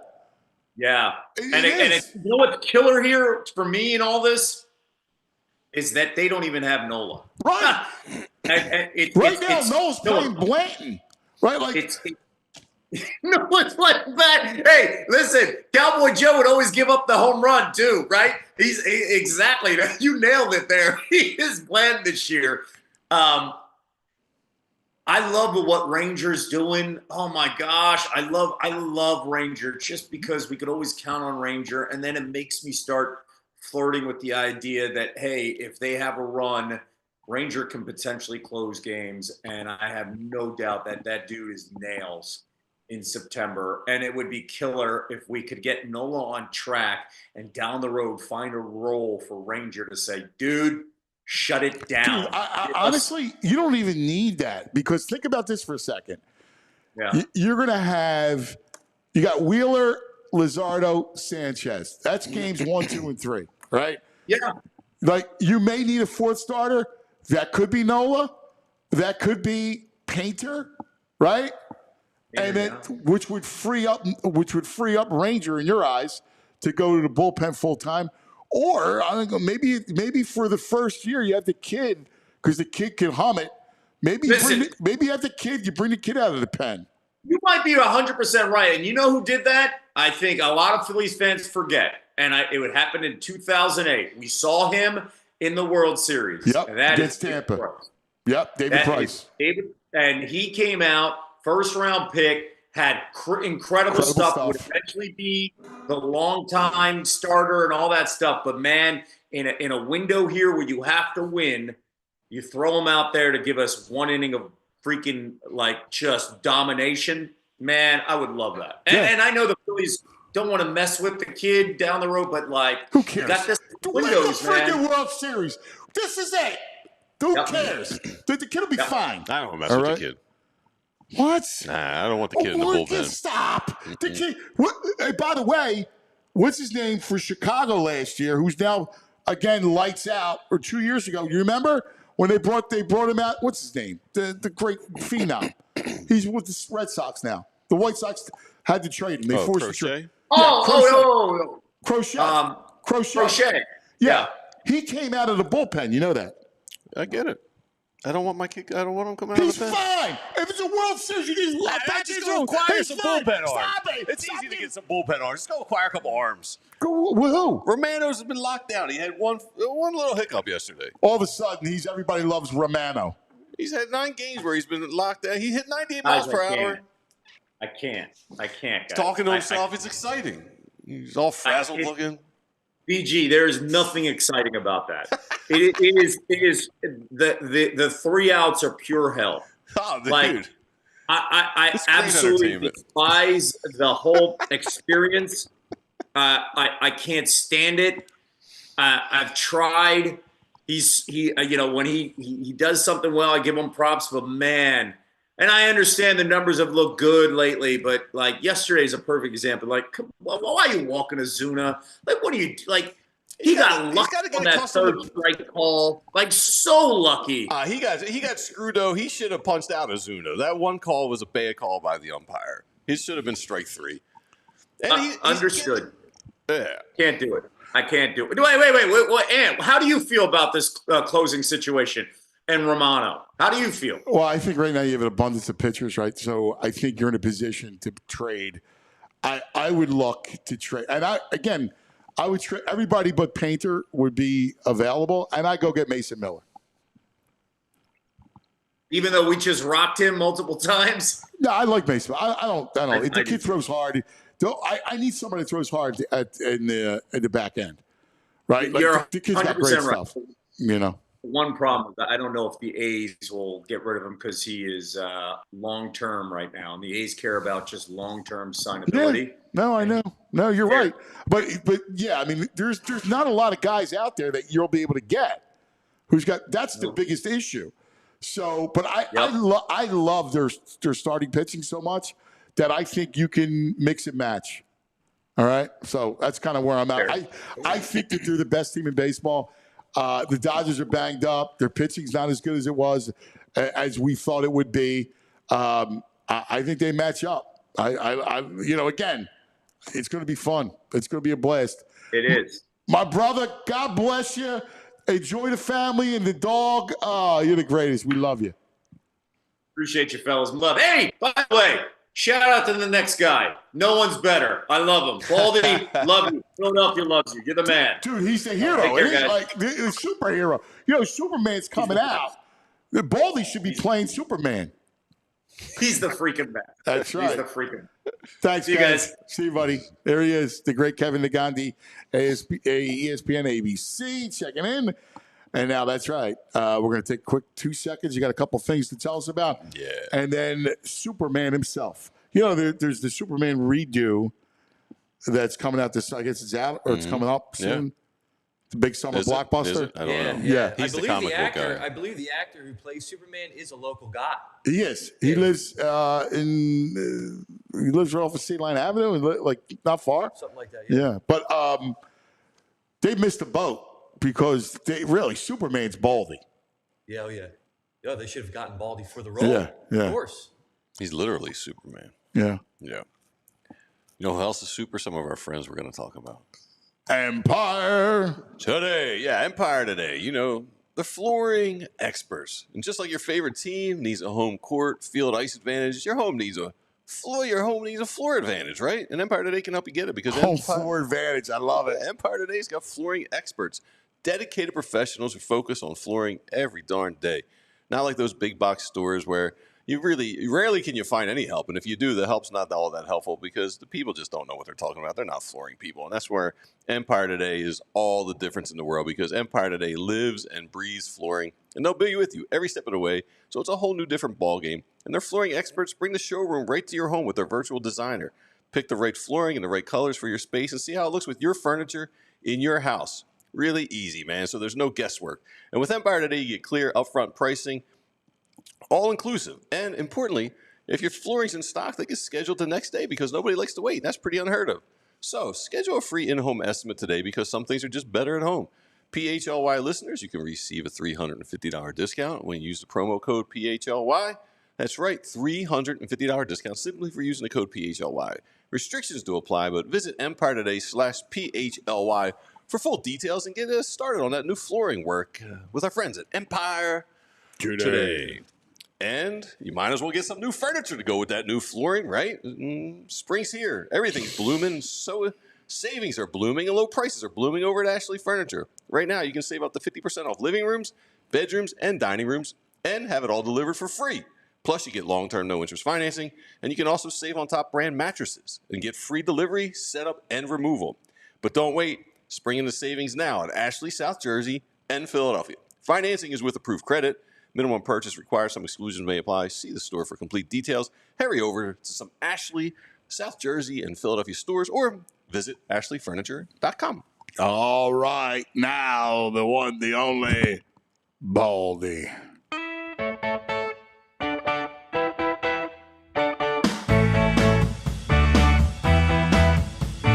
Baldy, Baldy.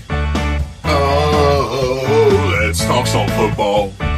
Ay, Baldy, Baldy. Oh, he likes meats and football.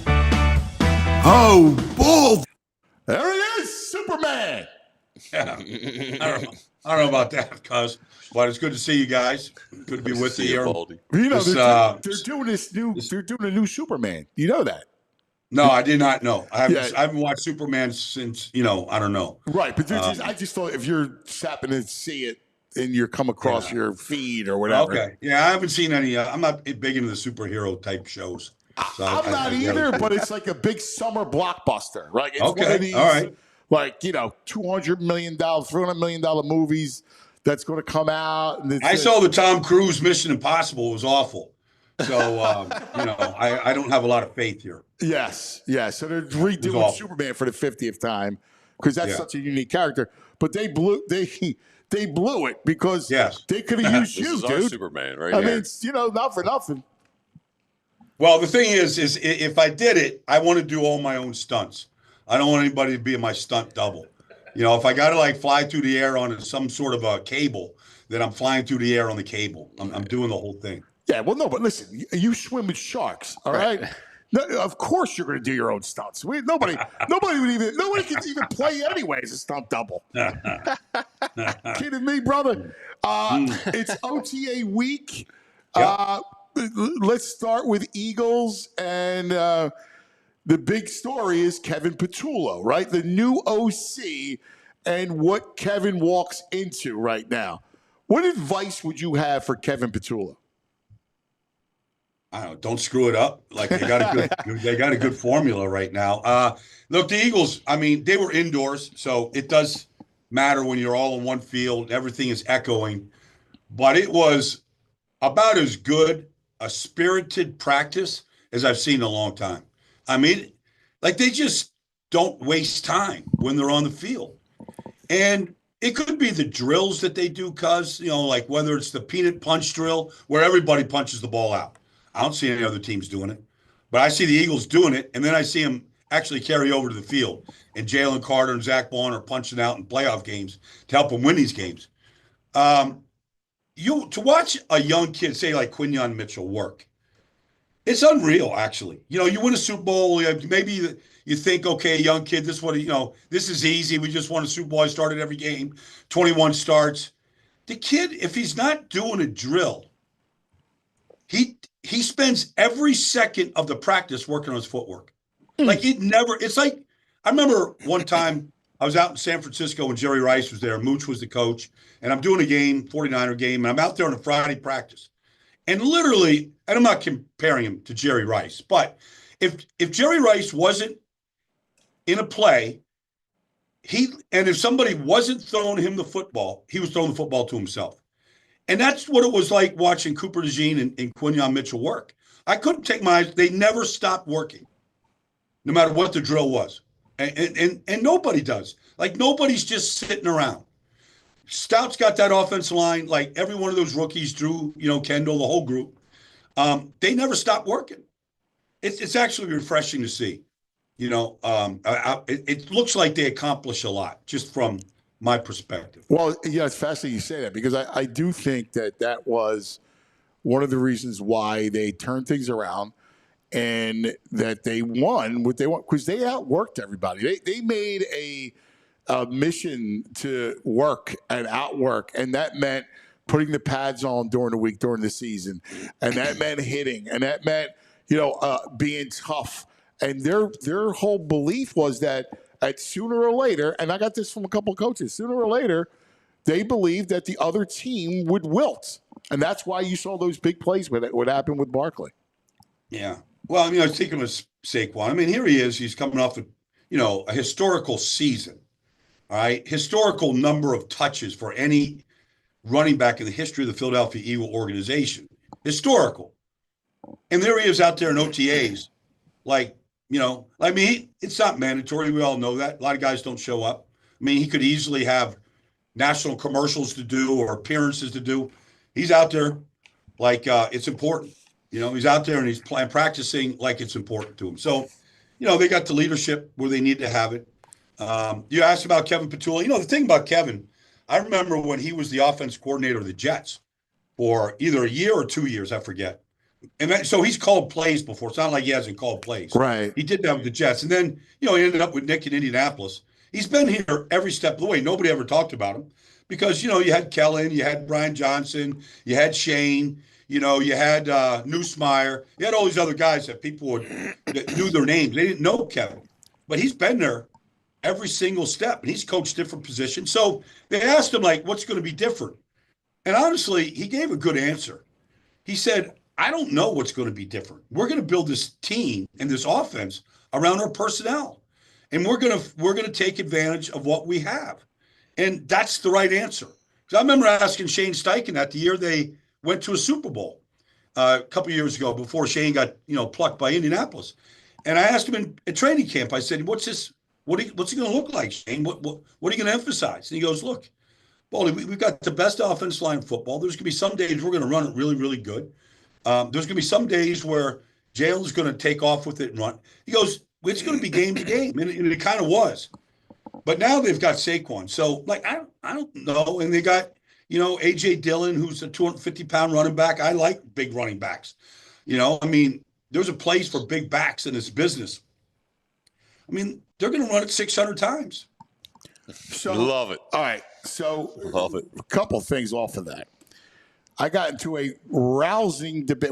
How would you describe the debate, Zach and I? Spirited debate? Yeah, spirited debate. About Zach believes that they're going to throw the ball more, that they're going to come out with a mission to throw the football. He believes because Jalen is going to want to prove it that they can win with him throwing the football. And because of AJ and Devontae, that they want more volume throws and that sort of thing. And my whole point is that's stupid. All right, why would you need to do that? All that is chasing numbers, and looking for your ego. All right, numbers and ego don't win Super Bowls. Never. No, they don't. They don't. You can look at all the passers that have thrown for north of 4,500 yards. Joe Burrow just had a massive season. Baker just threw for 4,500 yards and 41 touchdowns. Only 9 other guys in the history of the game have done it. It's not about numbers. It's about, and I think Jalen, I think Jalen knows that. I think he was fine throwing it 21 times a game, from their bye week on, and doing it the way they did it. I think he was fine doing that. Holding the ball when he had to hold it, took some sacks, probably unnecessarily, but he didn't turn the ball over. I'm not here to argue with Zach. Zach was out there watching practice the other day. He does his work. But I think that's a silly manifesto to follow, is to, I want to prove to everybody I could do it the other way. Well, so that's not run it back, do it the same way. You're going to have, I just don't think that that's a sound argument. Now, it might, look, sometimes the games dictate what you do. You fall behind 14-0, you're lollygagging around the first quarter and you're down. Right. Sometimes you got to change your script. That happens all the time. And that might happen. But, unless there's crazy injuries up front and the offensive line takes a step back, I don't know why you would get away from the formula that was so effective last year. I hear, and to Zach's defense, I don't know that Jalen was entirely okay with throwing the ball 21 times. I think he was certainly okay with the end result and loved the end result. But, from what I hear, I think he would probably, there's some friction about, throwing the ball more. And, he made that little quip about getting taken out of the straitjacket during that one game against the Steelers. And that's like, to me, I go, that's fine. I have no issue that Jalen wants to throw the ball more. Hey, that's cool, man. I want my athletes to want to do that stuff and to want to achieve. And, having an ego is a part of an athlete, right? Like, great athletes have them. But as long as it's not detrimental to the team, this is where your coaching staff's got to come in and go, this is how we win, right? This is who we are. Well, I mean, look, a lot of his runs are called passes that were scrambles. A lot of the passes were checked to a run because of what the defense was giving you. So, I mean, there's a certain and look, every quarterback can defy their head coach or the play caller. I mean, that happens. Brett Favre did it. Aaron Rodgers did it. I mean, a lot of those guys do it. That's fine. As long as you're having success, nobody's going to really argue. You might want to know what you saw in order to make the change, but you run it 725 times. It's not 725 called runs in 21 games. But they turned their season around when they got off that script of throwing it 35 times, and they became a much better team. And they stopped turning the ball over. That was what was killing them against the Falcons and killing them against the Tampa Bay Buccaneers. Yeah, no, I'm completely with you. Completely with you. All right, a couple things. One, what other travels? You have other OTA travels? Oh, yeah. I'm going to go see the Florida teams next week, see the Dolphins, Bucks, Jaguars next week. Yeah, I'll see probably 3 teams next week. 3 teams. And then the following week, who knows? I'll find out like if Dan Quinn will invite me to one of his mini camps, or we'll see what Harbs is doing in Baltimore, maybe head over to Philly. So I'm going to take advantage of the next 2 weeks since they're on the field. I'm going to go watch it. Yeah, that's good. That's good stuff. What do you want to accomplish in OTAs when you look at this stuff? Like, this is your last before school's out, and then you come back for real for training camp. Well, I mean, look, what do you want to accomplish here? I was up at the Jets yesterday, and I kind of have carte blanche with the Jets. Yeah. But things have changed a little bit with Aaron Glenn from the way it used to be. So I probably wasn't supposed to be on the field when I was on the field yesterday. But the first guy I saw on the field for the Jets was the first-round pick, Armand Membu. And he was the first guy out there working on sets. I'd never met him, done a lot of breakdowns on him, but just introduced myself to him. And, I'm watching him at right tackle in every drill. Mason Taylor I thought he's about as close as a tight end that looked like Travis Kelce coming out of college. Oh, yeah. That I've seen. Yeah, we liked him coming out. Like, man. You can't help but notice him. Yeah. I'm watching Justin Fields yesterday. Just throw the ball. I mean, he hit the ball kind of, it's not always a tight spiral, but it was getting there. And he was just running through the defense. But I was really just watching Aaron Glenn and how he watches practice, because he played for Parcells. He coached for Parcells. Like, there's a part of him that reminds me of Parcells, because Parcells used to liked to practice on one field. He didn't spread out and use all these different fields. He liked to stand in the middle of the field and watch everything from one spot and coach the coaches. He was as hard on the coaches as he was on any player. And I feel like Aaron Glenn is watching his coaching staff as much as he's watching the drills and the players right now. So I'm kind of getting a feel for Aaron, and then, I was up at the Giants camp, and I really have never seen, as you know, cuz you got to see these quarterbacks throw the ball. You can watch all the tape you want. You can watch all the games on TV. Until you see a guy throw a ball, you're never really sure what their arm is like. So I was watching every throw that Jackson Dart made on Wednesday. So, it was valuable for me to see this stuff. Hey, hang on one second, because I want to ask you about Dart. But we are in overtime right now. OT on the program. We love our overtime. OT. There we go. Overtime, BG. Overtime. Tell me about Dart. What's your realistic expectation? Remember, Eagles get him week 6, week 8. What do you think? Will Dart be playing by then? He could. They got a brutal schedule, cuz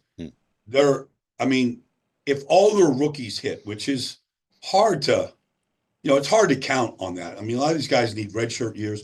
But if they keep their offensive line healthy, I think the running back Scadaboo is going to be really good. I think Tyrone Tracy was good last year. I mean, if they can run it with a 1-2 punch and keep the line healthy, like I think they can be competitive in games. But if this thing gets away from them like it did last year, like what would be the point of sitting Jackson Dart? Right. Like what would be the point of going if Russell Wilson is 1-5 as a starter? What would be the point of keeping him out there? Like you just traded up in the first round with the 25th pick to take this kid. Like start the process. Find out if he can be that guy. We found out Daniel Jones wasn't that guy. It took a while, but it took longer than it should have taken. But they stayed too long with him. Like find out if this kid can be your guy. Because if he's not, and if he can't be, then you're going to have to go back to the well. You got to get it figured out. Baldy, I got to tell you, first of all, I don't even know what you're accomplishing with Russell Wilson at all, right? Other than you don't want to throw the kid in the deep end. I would look at Winston. I would actually play Jameis. I know he'll throw interceptions, but at least he can get the ball down the field. Russ is cooked. I mean, he couldn't do anything. If he can't move, he can't see. What made him great was his legs because that allowed him for throwing windows. He can't move. I watched. We did our things last year. He can't move. I remember one time I was doing a national game. It was Seattle and Carolina. And in the booth next to me for Seattle doing their national for their radio was Warren Moon. So I have a good relationship with Warren. So it's halftime, and Russell, like Julius Peppers and Chris Jenkins, they're just walloping Russell Wilson. So it's halftime, come out and just getting something to drink, whatever. I see Warren, we're catching up. I go, dude, like how many hits can he take like this? This is like year 6 or 7, whatever. I go, how many hits can he take like this? He goes, I don't know, but nobody survives those kind of hits that he was taking. The point is that he's taken a lot of hits. I told Aaron Donald one day, Aaron Donald could have gone to the Hall of Fame just playing against Seattle and sacking Russell Wilson. I mean, he must have sacked him over 20 times alone. He's taken a lot of hits. Like nobody realizes how short he is until you see him. And you see him next to other people. He can't see through the trees. And I'm with you. They were a 17-point offense in Pittsburgh last year. It was dreadful to watch. I don't know. I mean, Jameis he's a double agent. He's a great guy. He's a good leader. He's going to throw touchdowns. He's going to throw interceptions. He's just a double agent. But your point, like if they're 2-5, 1-4, 1-5, like let's put them out there. If the coaches get fired, they get fired. But like the Giant fans deserve a chance to go see if the Giant fans will tell you, is this Phil Simms or is this Dave Brown? They're going to tell you right away. Wow. Dave Brown. Dave Brown's a bust out. Yeah. I was up in New York during the Dave Brown era. Oh, that was the worst. He was horrible. No, I think you're entirely just spot on with that. Spot on. But he seems like a good, like, you talk to the guys that really have been in that organization a long time. They've seen, Coughlin and Parcells, and they've seen, the other imposters that they hired over there. They have really good things to say about just how he conducts himself, his role, his work ethic. Like he's doing things the right way. Now, Daniel Jones did too. He just couldn't read the defense. So, he just couldn't make quick decisions that you got to make that position. And he got beat up bad. So, so Daniel Jones had some of the same traits, but I think like this kid is a very good athlete. He runs really good. He's got a good arm. It's not great, but it's a good arm. And it seems like he's doing everything the right way right now. Yeah. All right. Normally we began the segment talking about Superman. So I have a question for you. What would be your kryptonite? Well, my kryptonite is what the weather has been like for the last 3 days. If I just see rain every day, like, my plants will be happy for a little while, but I got to see the ocean. I got to be in the sun and in the ocean. Yeah. So if you take that away from me and you just put me in some landlocked desert, and like that's probably a pretty good kryptonite for me. Yeah. Yeah. Now, we talk about you swam with sharks. You have no fear of the wildlife. You killed snakes. There's one species that we haven't discussed. All right, and I'm curious to get your point. My Anthony is on this school trip. They're doing service and everything in Costa Rica, right? Like so, he's doing. They fed the poor. They're planting trees. They're cleaning up soccer fields and all that stuff. Well, he's digging and he comes across this. A tarantula. Okay. Now, how do you feel about spiders and particularly the tarantula? Yeah, well, that's, they got a deadly poison to them. I'm not crazy about that. Not crazy about that. Like there's deadly creatures out there. I don't want to live in those areas where tarantulas are crawling into your bedroom. Like, I'm not a big fan. I remember I was in the outback in Australia one year, and we were climbing Ayers Rock. It's this monolith, that the Aborigines, lived in caves and whatnot.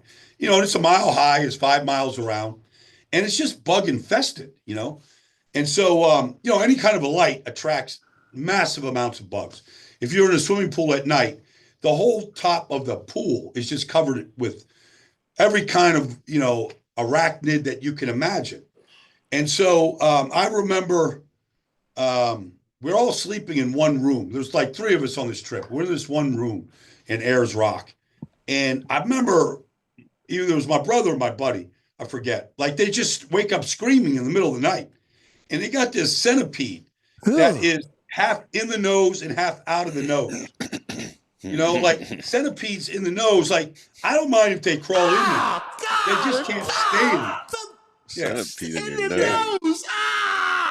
Yeah. I'm not a fan. I remember when we were climbing the rock. What do you do? Just kind of yank it out and throw it? You don't know what it is. Like, what the hell is it? You don't know until you're pulling it out. You got to wear a goalie mask to sleep. There was so many flies and things flying around.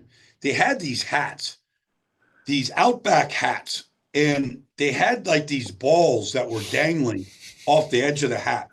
And if you shook your head like this, the balls dangled, and the flies would get misdirected, and they would keep the flies off your face. But that was you only want to climb Ayers Rock one time. That's it. You don't want to do it out on Ayers Rock. I didn't even want to go near it. Dude, I'm out on it. At one time, I don't like the bug thing. I'm out on the bug thing. Dude, it's just over in Jersey, right near Baldy, right near 7073. My in-laws live. I get out of the car, walking into their house. A moth flies into my ear. And it's just there. You can't get it out. It's deep and it's fluttering. I had to go to the emergency room. I sit in the emergency room with a moth fluttering in my ear for like 45 minutes.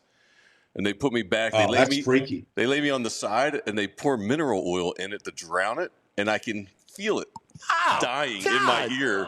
My convulsing. God. The Australian centipede. That's coming out of your nose? God forbid. All right, here's my issue with the moth flying into the ear. Yeah. What if they laid eggs in your ear? And you've got moth eggs in your ear that are like germinating right now. What if that's happening? He's got moths in his brain. I'm a moth head. He's the Mothman prophecy. My God. That is nasty. Oh my God. What have you come up with your summer adventure? I think I'm going to hit the Balearic Islands in the Mediterranean. I think I'm going to Corsica, Majorca, Sardinia, Sicily. I think I'm going to do an island hop. Yeah.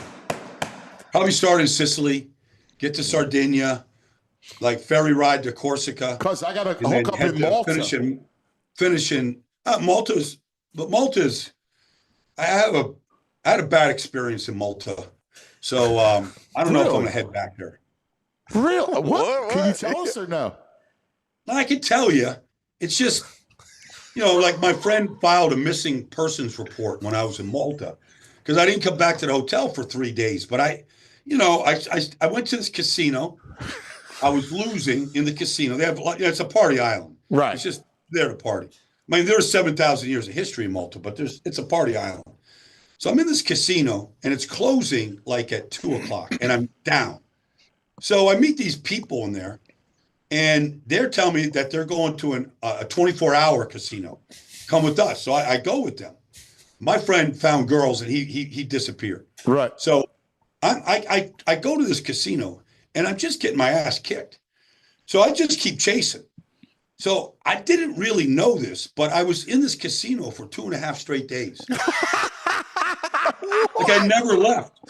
They were feeding me cheese sandwiches and, like I just kept drinking and hitting the ATM machine and gambling and drinking. And I honestly lost track of time. I had no idea. I was I was wired up. Coffee? Were you drinking coffee? Throwing down double espressos. Yeah. Double espressos and Heinekens and shots of tequila. Non-stop.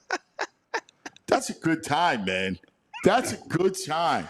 Now it's good time until you see that, that ATM, bill that comes due. Plus they do the charges, right? Like the overseas charges. Yeah, I lost track. I lost track. Yeah, that's all right. I don't know. Malta's all right. I don't really want to go through that program anymore.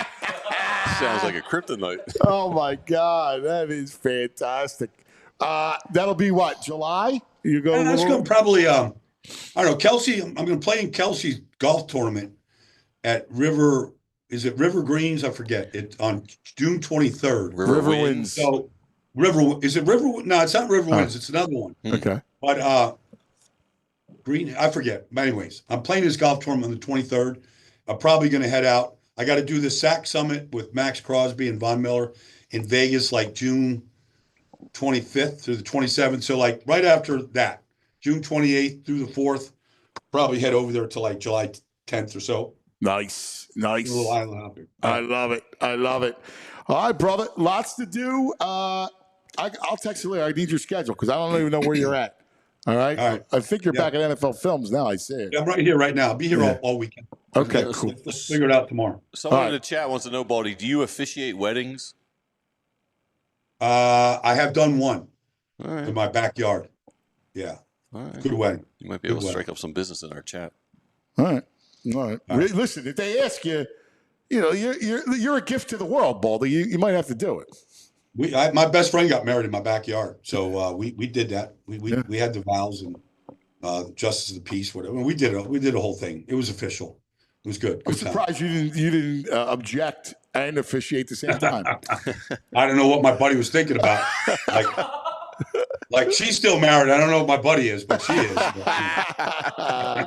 That's awesome. Baldy, the great Baldy. All right, guys. See you. Classic. So we had a super chat. Jersey Dolphin. He's said instead of weekend at Bernie, he'd like to do a weekend at Baldy's. Dude, yes. That'd be great. You leave the suitcase. Where your wife go? Where you going? Go over Mount Laurel. Go to Baldy's. Go to Mount Laurel. Yeah, let's go to Baldy. Because I got a dress for every occasion. I have no idea what's going to happen. You never know. He had a party one time that was outrageous. He had a party. I mean, I could have been there for 3 days. Like I had to leave. I was like, oh God, I want to stay. It was I went back the next day. People were still there. It was unbelievable. All right, time now. Oh, big weekend. It's going to rain a lot of the weekend. Oh, it's killing me. I'm supposed to go to West Philly Porch Fest this weekend with like 200 bands playing on porches. This rain's a drag. Porch Fest it's cool, Porch Fest. Yeah, I'm looking at it now. It's not Sunday's good. going to be okay. Yeah, Sunday's going to be nice. Sunday's going to be 68 and sunny. So it's going to be nice, but God, I mean, the next couple days, today and tomorrow, a lot of rain. We got a baseball tournament going on, so I don't know. Thunderstorms at night. Next week's going to be nice. It's going to be high 83, 86. It's going to get nice next week. All right. But this weekend, what are we watching? There's only one man for that. TV Todd. Act like a man. You can't handle the truth. It's time for TV Todd. Todd. Good morning, fellas. Yo, Todd. Happy Oiler Friday. Rematch, baby. Who you root for? Oilers. Yeah. Me too. I don't know that I can. I don't know that I could stomach Marchand with a cup. It bothers me. I hate Florida teams having cups. I agree with you with Marchand. I just don't like that team. There's nothing about that team. There's nobody I like on that team. I love, McDavid and Draisaitl and Bouchard. Even Corey Perry's 1,000 years old. I don't know. I like that squad. I'd love to see those guys win one. But my gut tells me Florida's going to win it again. Really? Yeah. I don't know. They're crazy, man. Watch these two teams are great. I know. It's going to be a great final. It's a great Stanley Cup final. I hope it goes 7. Oh, yeah. Oh, dude, all I root for now in any playoffs is overtime. I root for overtimes and game 7s. Yeah, I'm completely with you. I've enjoyed these playoffs a ton. I've watched start to finish. We've been on them. Mm-hmm. Been a blast. Been an absolute blast. What's new in your world, buddy? Oh man, a lot of things going on. We got a lot. I got a couple of films I'm really excited about this weekend. I'm making my own double feature this weekend. Oh, really? Yeah. Well, first of all, before I get to that, I should tell you that my daughter and my wife and I went to see the new Karate Kid movie last night. Yeah. Oh, that's awesome. You know what? Here's my assessment of it. Jackie Chan's in it, which is great. It's great to see him. Him back. Ralph Macchio. Here's my assessment of it. You have to go into it with absolute realistic expectations. That movie is. We had a good time. We thought it was fun and whatnot. It was pretty good.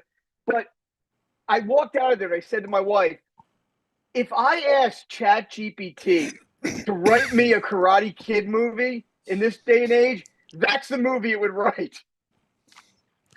Please don't talk about Chat GPT to me and writing.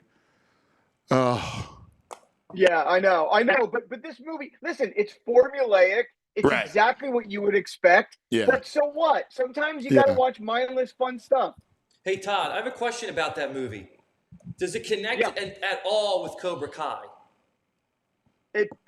Yes. It yes. Does. Okay. There's there's a scene at the end that is a huge connection to Cobra Kai, and the audience just went nuts over that last scene. Okay. Is it available streaming or is it just in the theaters? No, it's out today in the theaters. Listen, it's going to do great. It's going to do great. I've completely underestimated this whole franchise. When they said they're going to do a series, I'm like, that's hilarious. This thing is a juggernaut. I know. My Massimo loves it. I'm gonna take Mas. I'll take him. Yeah.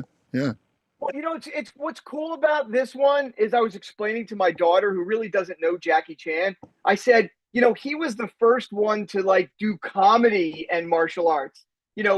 Bruce Lee, all those great movies. But Jackie Chan brought comedy and fun to the whole martial arts, genre, and he's completely Jackie Chan in this movie. Yeah, The Drunken Master. Yeah, that's cool. One of my favorites, The Drunken Master. Oh yeah. Yeah. Oh yeah. Cool. Yeah, I'm in. Yeah, absolutely. I'll have to. Massimo loves it, so I will. In fact, I got 2. We have to watch that one, and then Anthony's is all about Jurassic World. So the new Jurassic World comes out in July. Yeah, another franchise that I can't believe is still going. I thought it was dead in the water. But these executives, we've talked about it. These movie executives do not want to take chances. All they want to do is reduce the risk of a miss. So they're going by the algorithms, prior IP. I mean, it's exactly what Seth Rogen's studio was about. Know. It's amazing. It's the truth. Anyway, I'm making my own double feature this weekend with 2 films I'm super excited about. The first is a movie that unfortunately I didn't catch previously, even though I wanted it and it fell into my queue of tons of content. But it's now on Amazon Prime for streaming, and it's a movie called September 5. And I'm really excited about this. It's Peter Skarsgård, who's always great, and it's the story of the broadcasting team during the 1972 Munich Olympics. I'm dying to see that. Yes. Yeah, the hostage crisis. Yes, I'm dying to see that. I love that story. Yeah, I'm dying to see that. I'm a Skarsgård fan, too. I think he's great. Yeah, and everybody says it's like one of those movies, kind of like we talked about with Last Breath a few weeks ago. It's like, edge of your seat, kind of thriller happening in real time. I'm pretty excited about that. So I'm going to watch that one this weekend. And there's a new movie coming out on HBO Saturday that I've been waiting for. And I'm pretty psyched about this one because I'm a huge fan of Succession. And Succession, the creators of Succession, did this movie called The Mountainhead. And what it is it's a bunch of, Succession, a bunch of ultra rich kind of finance guys, tech guys. Steve Carell's in it, Jason Schwartzman. Right. They go for like a poker weekend up in, I know it was filmed in Park City, but I'm not sure where it's set.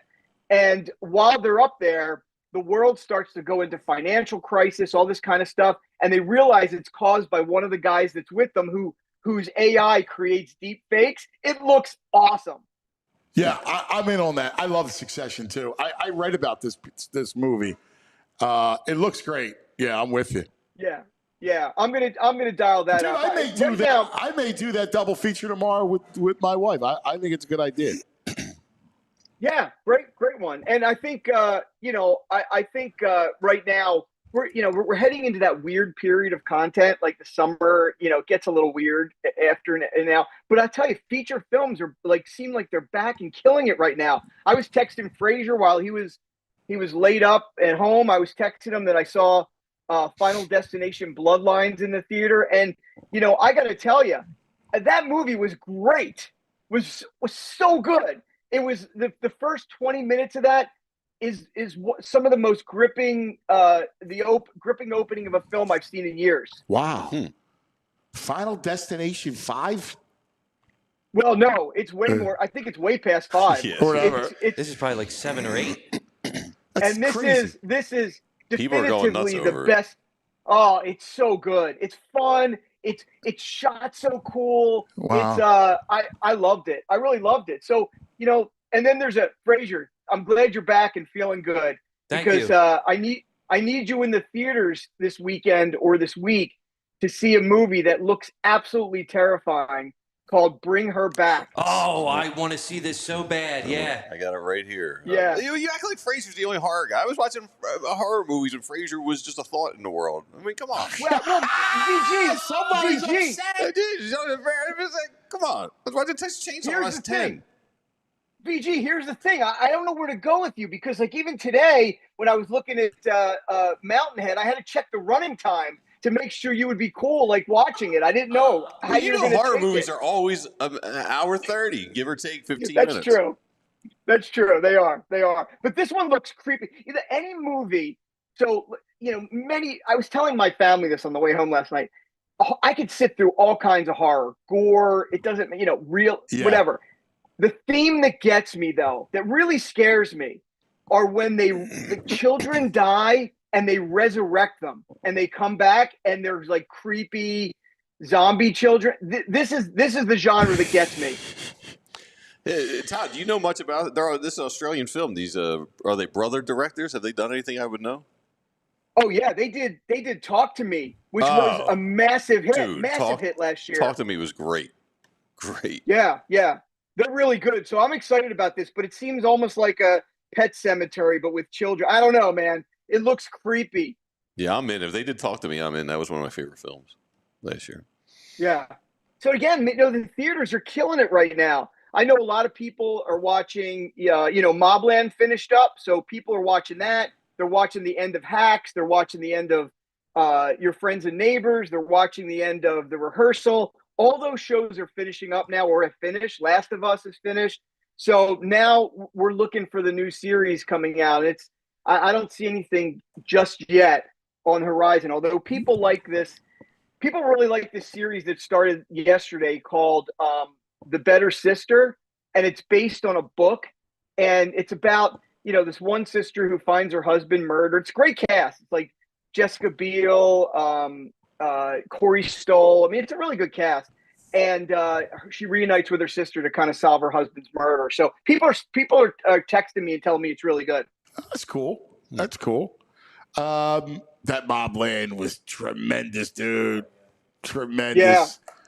I was just telling my buddy Mike Erno this morning that that's one I have in the queue, and in the summer it gets in a month or two, content's going to get really, really thin. And I just know that I have an excellent series in the queue, ready to go. So I'm going to save that just for a little bit longer. Did you watch the whole thing? I did. Ah, it's outrageous. Yeah, it really is good. It takes turns like I did not see coming. I mean, the acting's tremendous. The dialogue's great. I'm a big Guy Ritchie fan too. So but it's not as. I love his stuff, but a lot of his stuff is like almost there's a lightness to it. This is no light, man. This is just nasty. It's good. I like it a lot. Yeah, it's universally has gotten such wonderful reviews, so I'm pretty psyched about it. There's another Guy Ritchie movie coming out, or it's out. Oh, I didn't know. I know he's working on what's the series we loved? I love that. But the pot, they grow the marijuana. Yeah, where they do it under the estate. Yeah. The Gentleman. He's working on season 2 of that. Yeah, I love that series. What did you? That's a good one. There's been some public thing about Pierce Brosnan in that Mobland. He's in that, right? He's tremendous. Yeah, he's really good. He's getting crushed for his accent. He had to respond this week. Really? Yeah, they say his accent's terrible, and he said his Irish accent's a little soft, so he went to a dialect coach who gave him someone to study, and he tried to base it off that. But yeah, people are crushing him. Oh, well, maybe. I mean, I don't know. You know how they get with those dialects over there. I don't think it's bad, but we're Americans. Yeah, I mean, I got no skin in the game, so I don't know. Anything? Do me a favor. Hit me up. At some point, can we dive into foreign? Yeah, we talked about doing that. I could start doing that if you want. Yeah, I mean, I just selfishly, all right, because I like the Italian genre, like those films, Italian films, and then their series. I watched all their series, and I'm jonesing for one.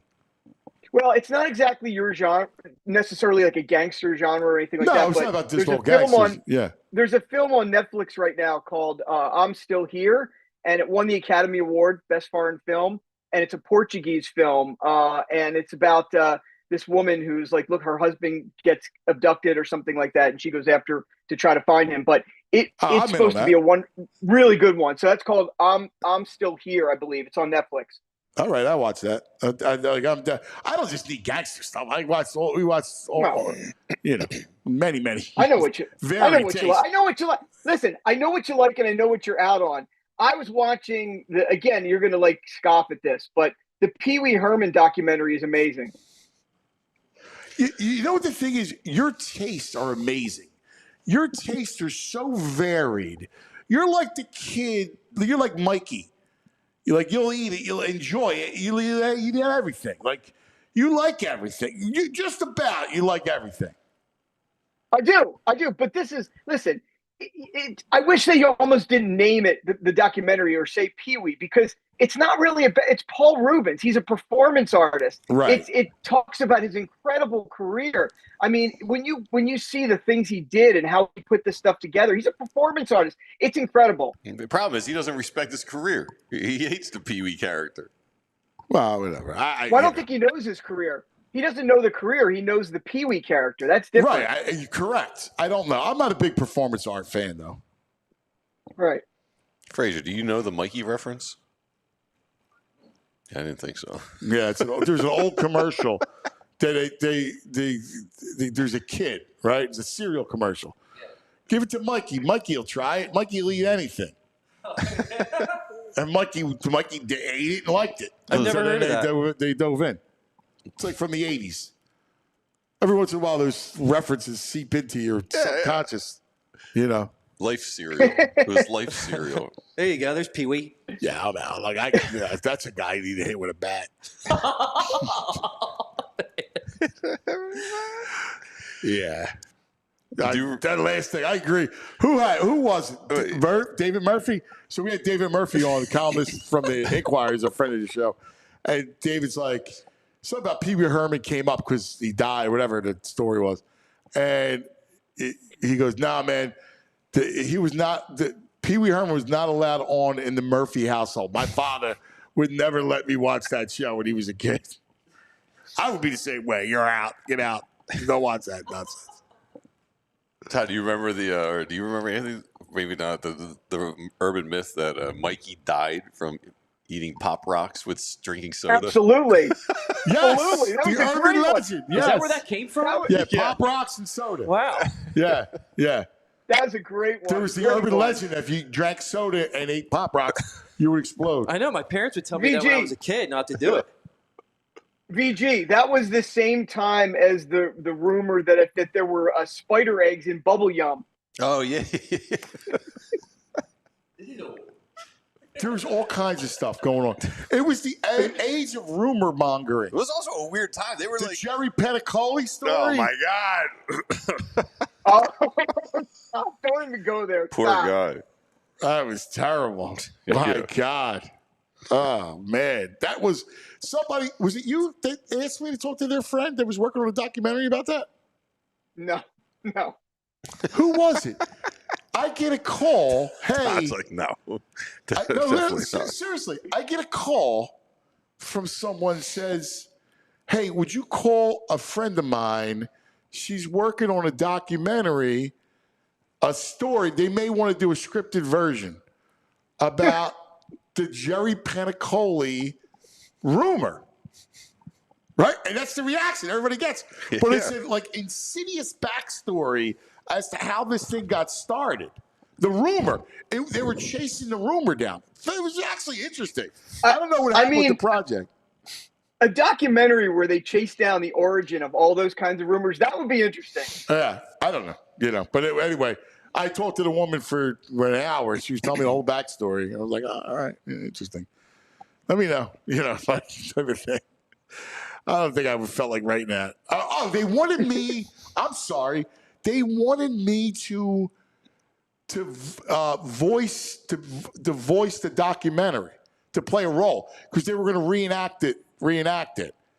And they were you going to be the right? And I was like, I was like, I'm good. The voice of the gerbil? Right. No, they wanted me to be. That was it. Is this a story you can share? Because I don't know what it is. Okay, there was a rumor going around that Jerry Petticoli was a famous news anchor in Philadelphia. Then he becomes the host of Entertainment Tonight. Yeah. So all you got to do is imagine a gerbil. Oh. Okay. Yeah. South Park did something actually on this. Now Right. So you got it. Right. Lemmy Winks. Right. So there was this whole rumor going around, and it was amazing because people were like, "Oh, Jerry Petticoli, oh my God," and everybody was talking about it. He went to the ER because right. Yeah, and everybody, my friend knew the nurse or something, right? Exactly. Yes. Exactly. It was crazy. Yeah. So they wanted me to play some role in the document. That was it. And I was like, they heard your. And I was like, I'm like, then they said to me that I was too. They heard your Gus the Groundhog audition. Like, he'd be great as a gerbil. I played the gerbil. And then there was something like I couldn't do it anyway because it was. My voice is recognizable. I don't know. It was something stupid like it. I was like, I'm out. I said, I appreciate it. Blah, blah, blah, whatever. But the woman was nice. It's an interesting story. I don't know how we went down that rabbit hole. It's not a rabbit hole. Some other kind of hole. Anyway, that's good stuff. So, what else? Anything else you got cooking? Anything? Another project I want to do with you is for an episode of this segment is going through the movies that are that are planned. They're coming out for the rest of the year because I saw a list of them and it sounded like some pretty good stuff.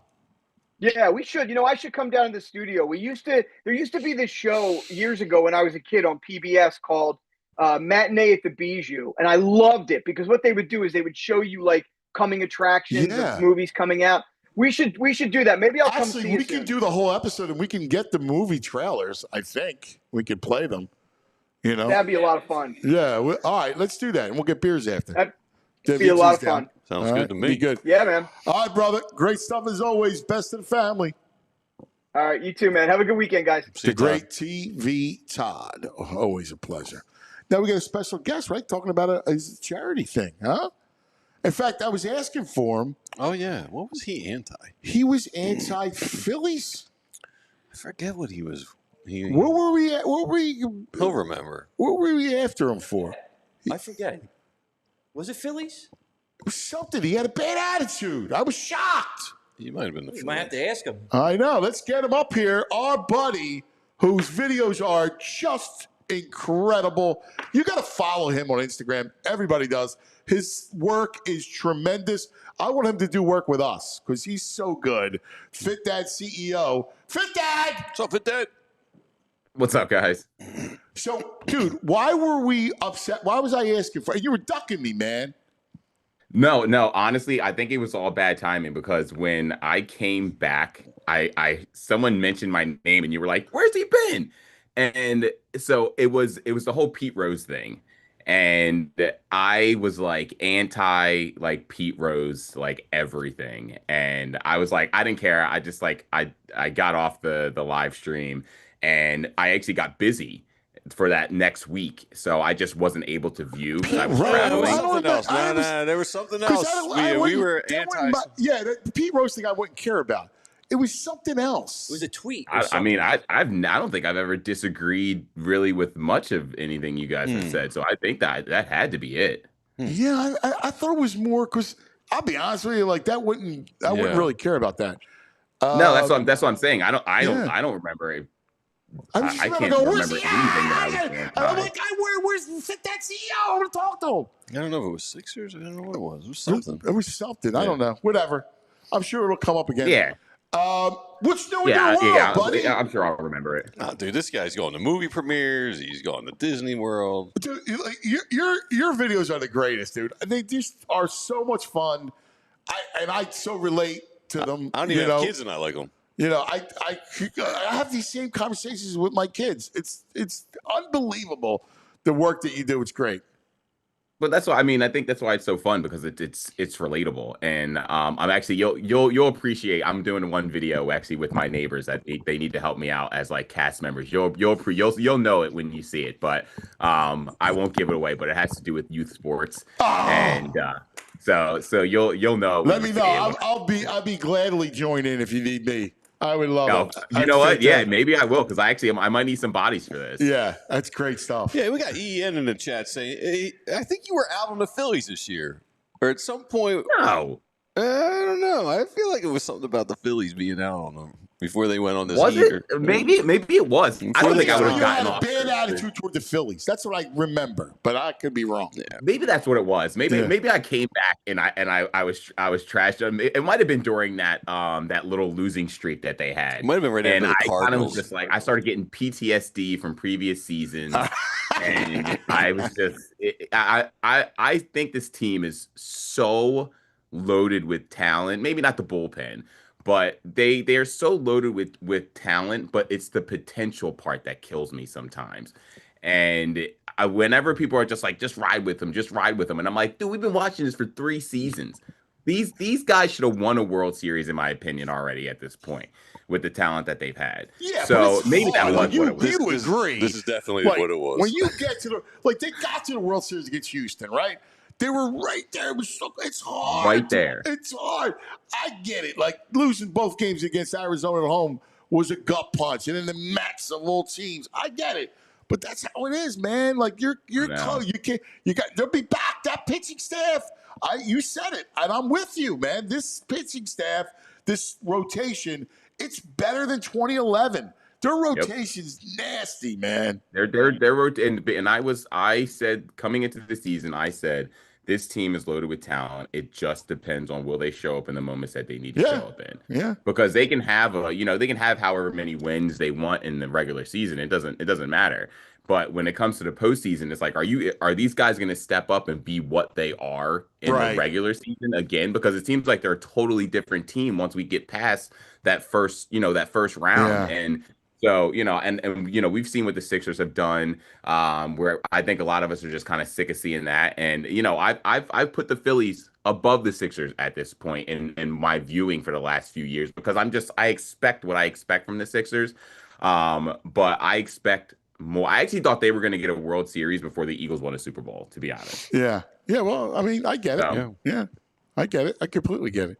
So, tell me about your world. What's going on? You got a big charity function? Yeah. I wanted to just reach out because I know we got obviously like a big, Philly fan base, Philly viewership, and we have this fundraiser coming up tomorrow. It's a 24-hour ride relay. And it's with Team Foster. Yeah, right there. It's called Rough Ride. It's a 24-hour spin relay. And we're raising money for veterans to help raise money to get them foster, or should I say, service dogs. And it's a huge part of helping veterans to recover. But what people don't know is like it takes anywhere between $20,000 and $30,000 to train these dogs for veterans. And there's no insurance coverage for it. There's no, there's no government support, none of that stuff. And unfortunately, it takes organizations like this to help get these dogs to veterans. And so when I was approached by, you guys might know Matt Rourke. Yes. Yeah, Matt, we love Matt. He approached me, and then he introduced me to Nick Learman, and Nick is just like an awesome dude. Like he literally he put all of this together. He's a veteran himself, and he's putting these fundraisers together here, Pittsburgh. I think he's doing another one in New York, and they're huge events. And he's doing all of this with I'm pretty sure a small team. And so I wanted to just make sure I was getting the word out. The best way to support is you can come out. It'll be at the 23rd Street Armory. And it starts tomorrow at 10 a.m. And there are 30 teams that will be on these bikes. And the teams consist anywhere from 5 to 20 plus people. And we'll be riding these bikes for 24 hours from 10 to 10. That's awesome. Come down, support. There's going to be a lot of stuff for the kids. You can come pet the puppies. That's awesome. Down there. Yeah. It's going to be a good time. I'm going to be up there doing something special up on the stage. So if anybody is watching and they want to come down, I'll be on there between 11:15 and noon. But come ready with some dad jokes. That's what I'm going to tell you. I love it. I think that's fantastic, brother. That's good stuff. Andrew, make sure we clip this and we get this out on the socials and all of our channels, of mine and the whole thing. This way we can really kind of get the word out and because it's a wonderful cause. I mean, you're right. It's a beautiful cause. It's something that needs to be done. I didn't realize that insurance doesn't even cover that. That's awful. I know. I didn't either. Well, our government should just pay for it. The way the veterans should be so taken care of when they get home. Yes, you're right. That's a government thing. I agree. Yep. I've talked about this several times. I'm not a veteran myself. I've never been enlisted, but the way I see our veterans being treated when they come back is just it blows my mind. It's crazy. The lack of support that they have. And I watched the spot. Nick did a piece last night on Fox 29, and he had one of the veterans who were actually a beneficiary of getting one of the service dogs, and just to hear this guy talk about how it saved his life, like it almost moved me to tears, because you could see the support that he needed when he came back, and it just wasn't there. Like it wasn't there from anybody, any human being. But he got this service dog, and that dog didn't care where you came from, didn't care what you did, who you were. It just wanted to love on you. And like the fact that like there's a fundraiser that is out there that's helping people to feel human again, I had to jump in and help. I think that's awesome, great brother. work, I really, man. God bless you. I'm with you. We're so twisted the way we revere athletes, and not that we shouldn't, but the ultimate hero are our servicemen and women, and yet we talk about fake war with football and everything else. Well, this is real stuff, and these people need to come home to something, to real comfort, and they need to be taken care Yes. of. Hell yeah. I'm with you. Well, the one thing that got me was when I first talked to Nick. I didn't know this guy from Adam, and he said, I'm a pretty straightforward guy. I shoot from the hip, like, you know what I mean. I don't really have a lot of fluff when I talk to people. And he said it's more than just saying thank you for your service. And he goes, that's all great and well. And he goes, I'll go to like a coffee shop and somebody will buy me a coffee. But he goes, we don't need coffee talk for us. We don't need thank you for your service. We need actual things done, concrete things done to help. And he's like, it's just not being done, unfortunately. So it takes taken, a massive effort from people who actually care. And so, like I said, anything I can do to help, that's what I'm going to do. Good man, brother. You're a good man. You're terrific. We support you. Anything you do, you just let us know, man. We're behind you. You got to come in one day. We'll have some fun, Appreciate okay? you giving me the time. Yeah. Make sure. We want you here. We'll talk dads. We'll have fun. All right? All right. Sounds good. Thanks, brother. Always a pleasure. Appreciate it, guys. Fit That CEO, Great work, one of our man. fine viewers who has his own stuff, who's great. Yeah. Seriously, anybody in the chat, please, you have stuff going on, you let us know. We always like to get the word out. We thank you for your support, and do us a favor, like the show, the segments, subscribe, do all that stuff for us. For sure. All right. Yep. All Can't right. like us enough. All right, we're up against it. We got to go. Do we? Kind of, because I was told quarter off is our. Why? right. What do you got? Oh, we got it back in the day, but I got one little nug that I think you're going to really enjoy. You know me. I don't follow rules anyway. So Metallica the other night. Metallica does this thing where they won't repeat anything, so they do this little noodle jam session with just the guitarist and the bass player while Lars and James take a break. This was super cool for Philly.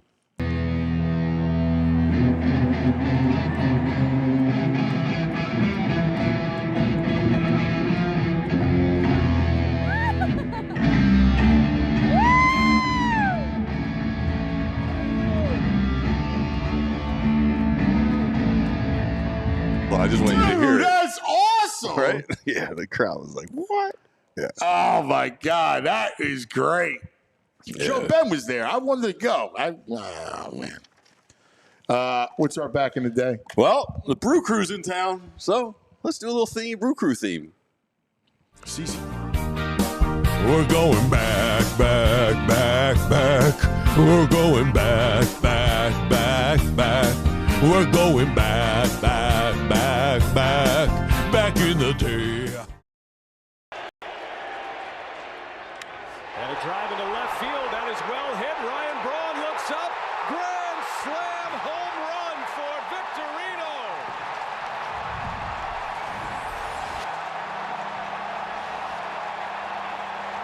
Again, that building was rocking. I was. It was a Friday, right? And I think I remember it was it was during a week. Asking the wrong It was guy. a weekday. I was in choir practice at the time, and our choir teacher had it on the TV, and we were watching it, and we all freaked out. It was great. Yeah, it was the best. That was the best.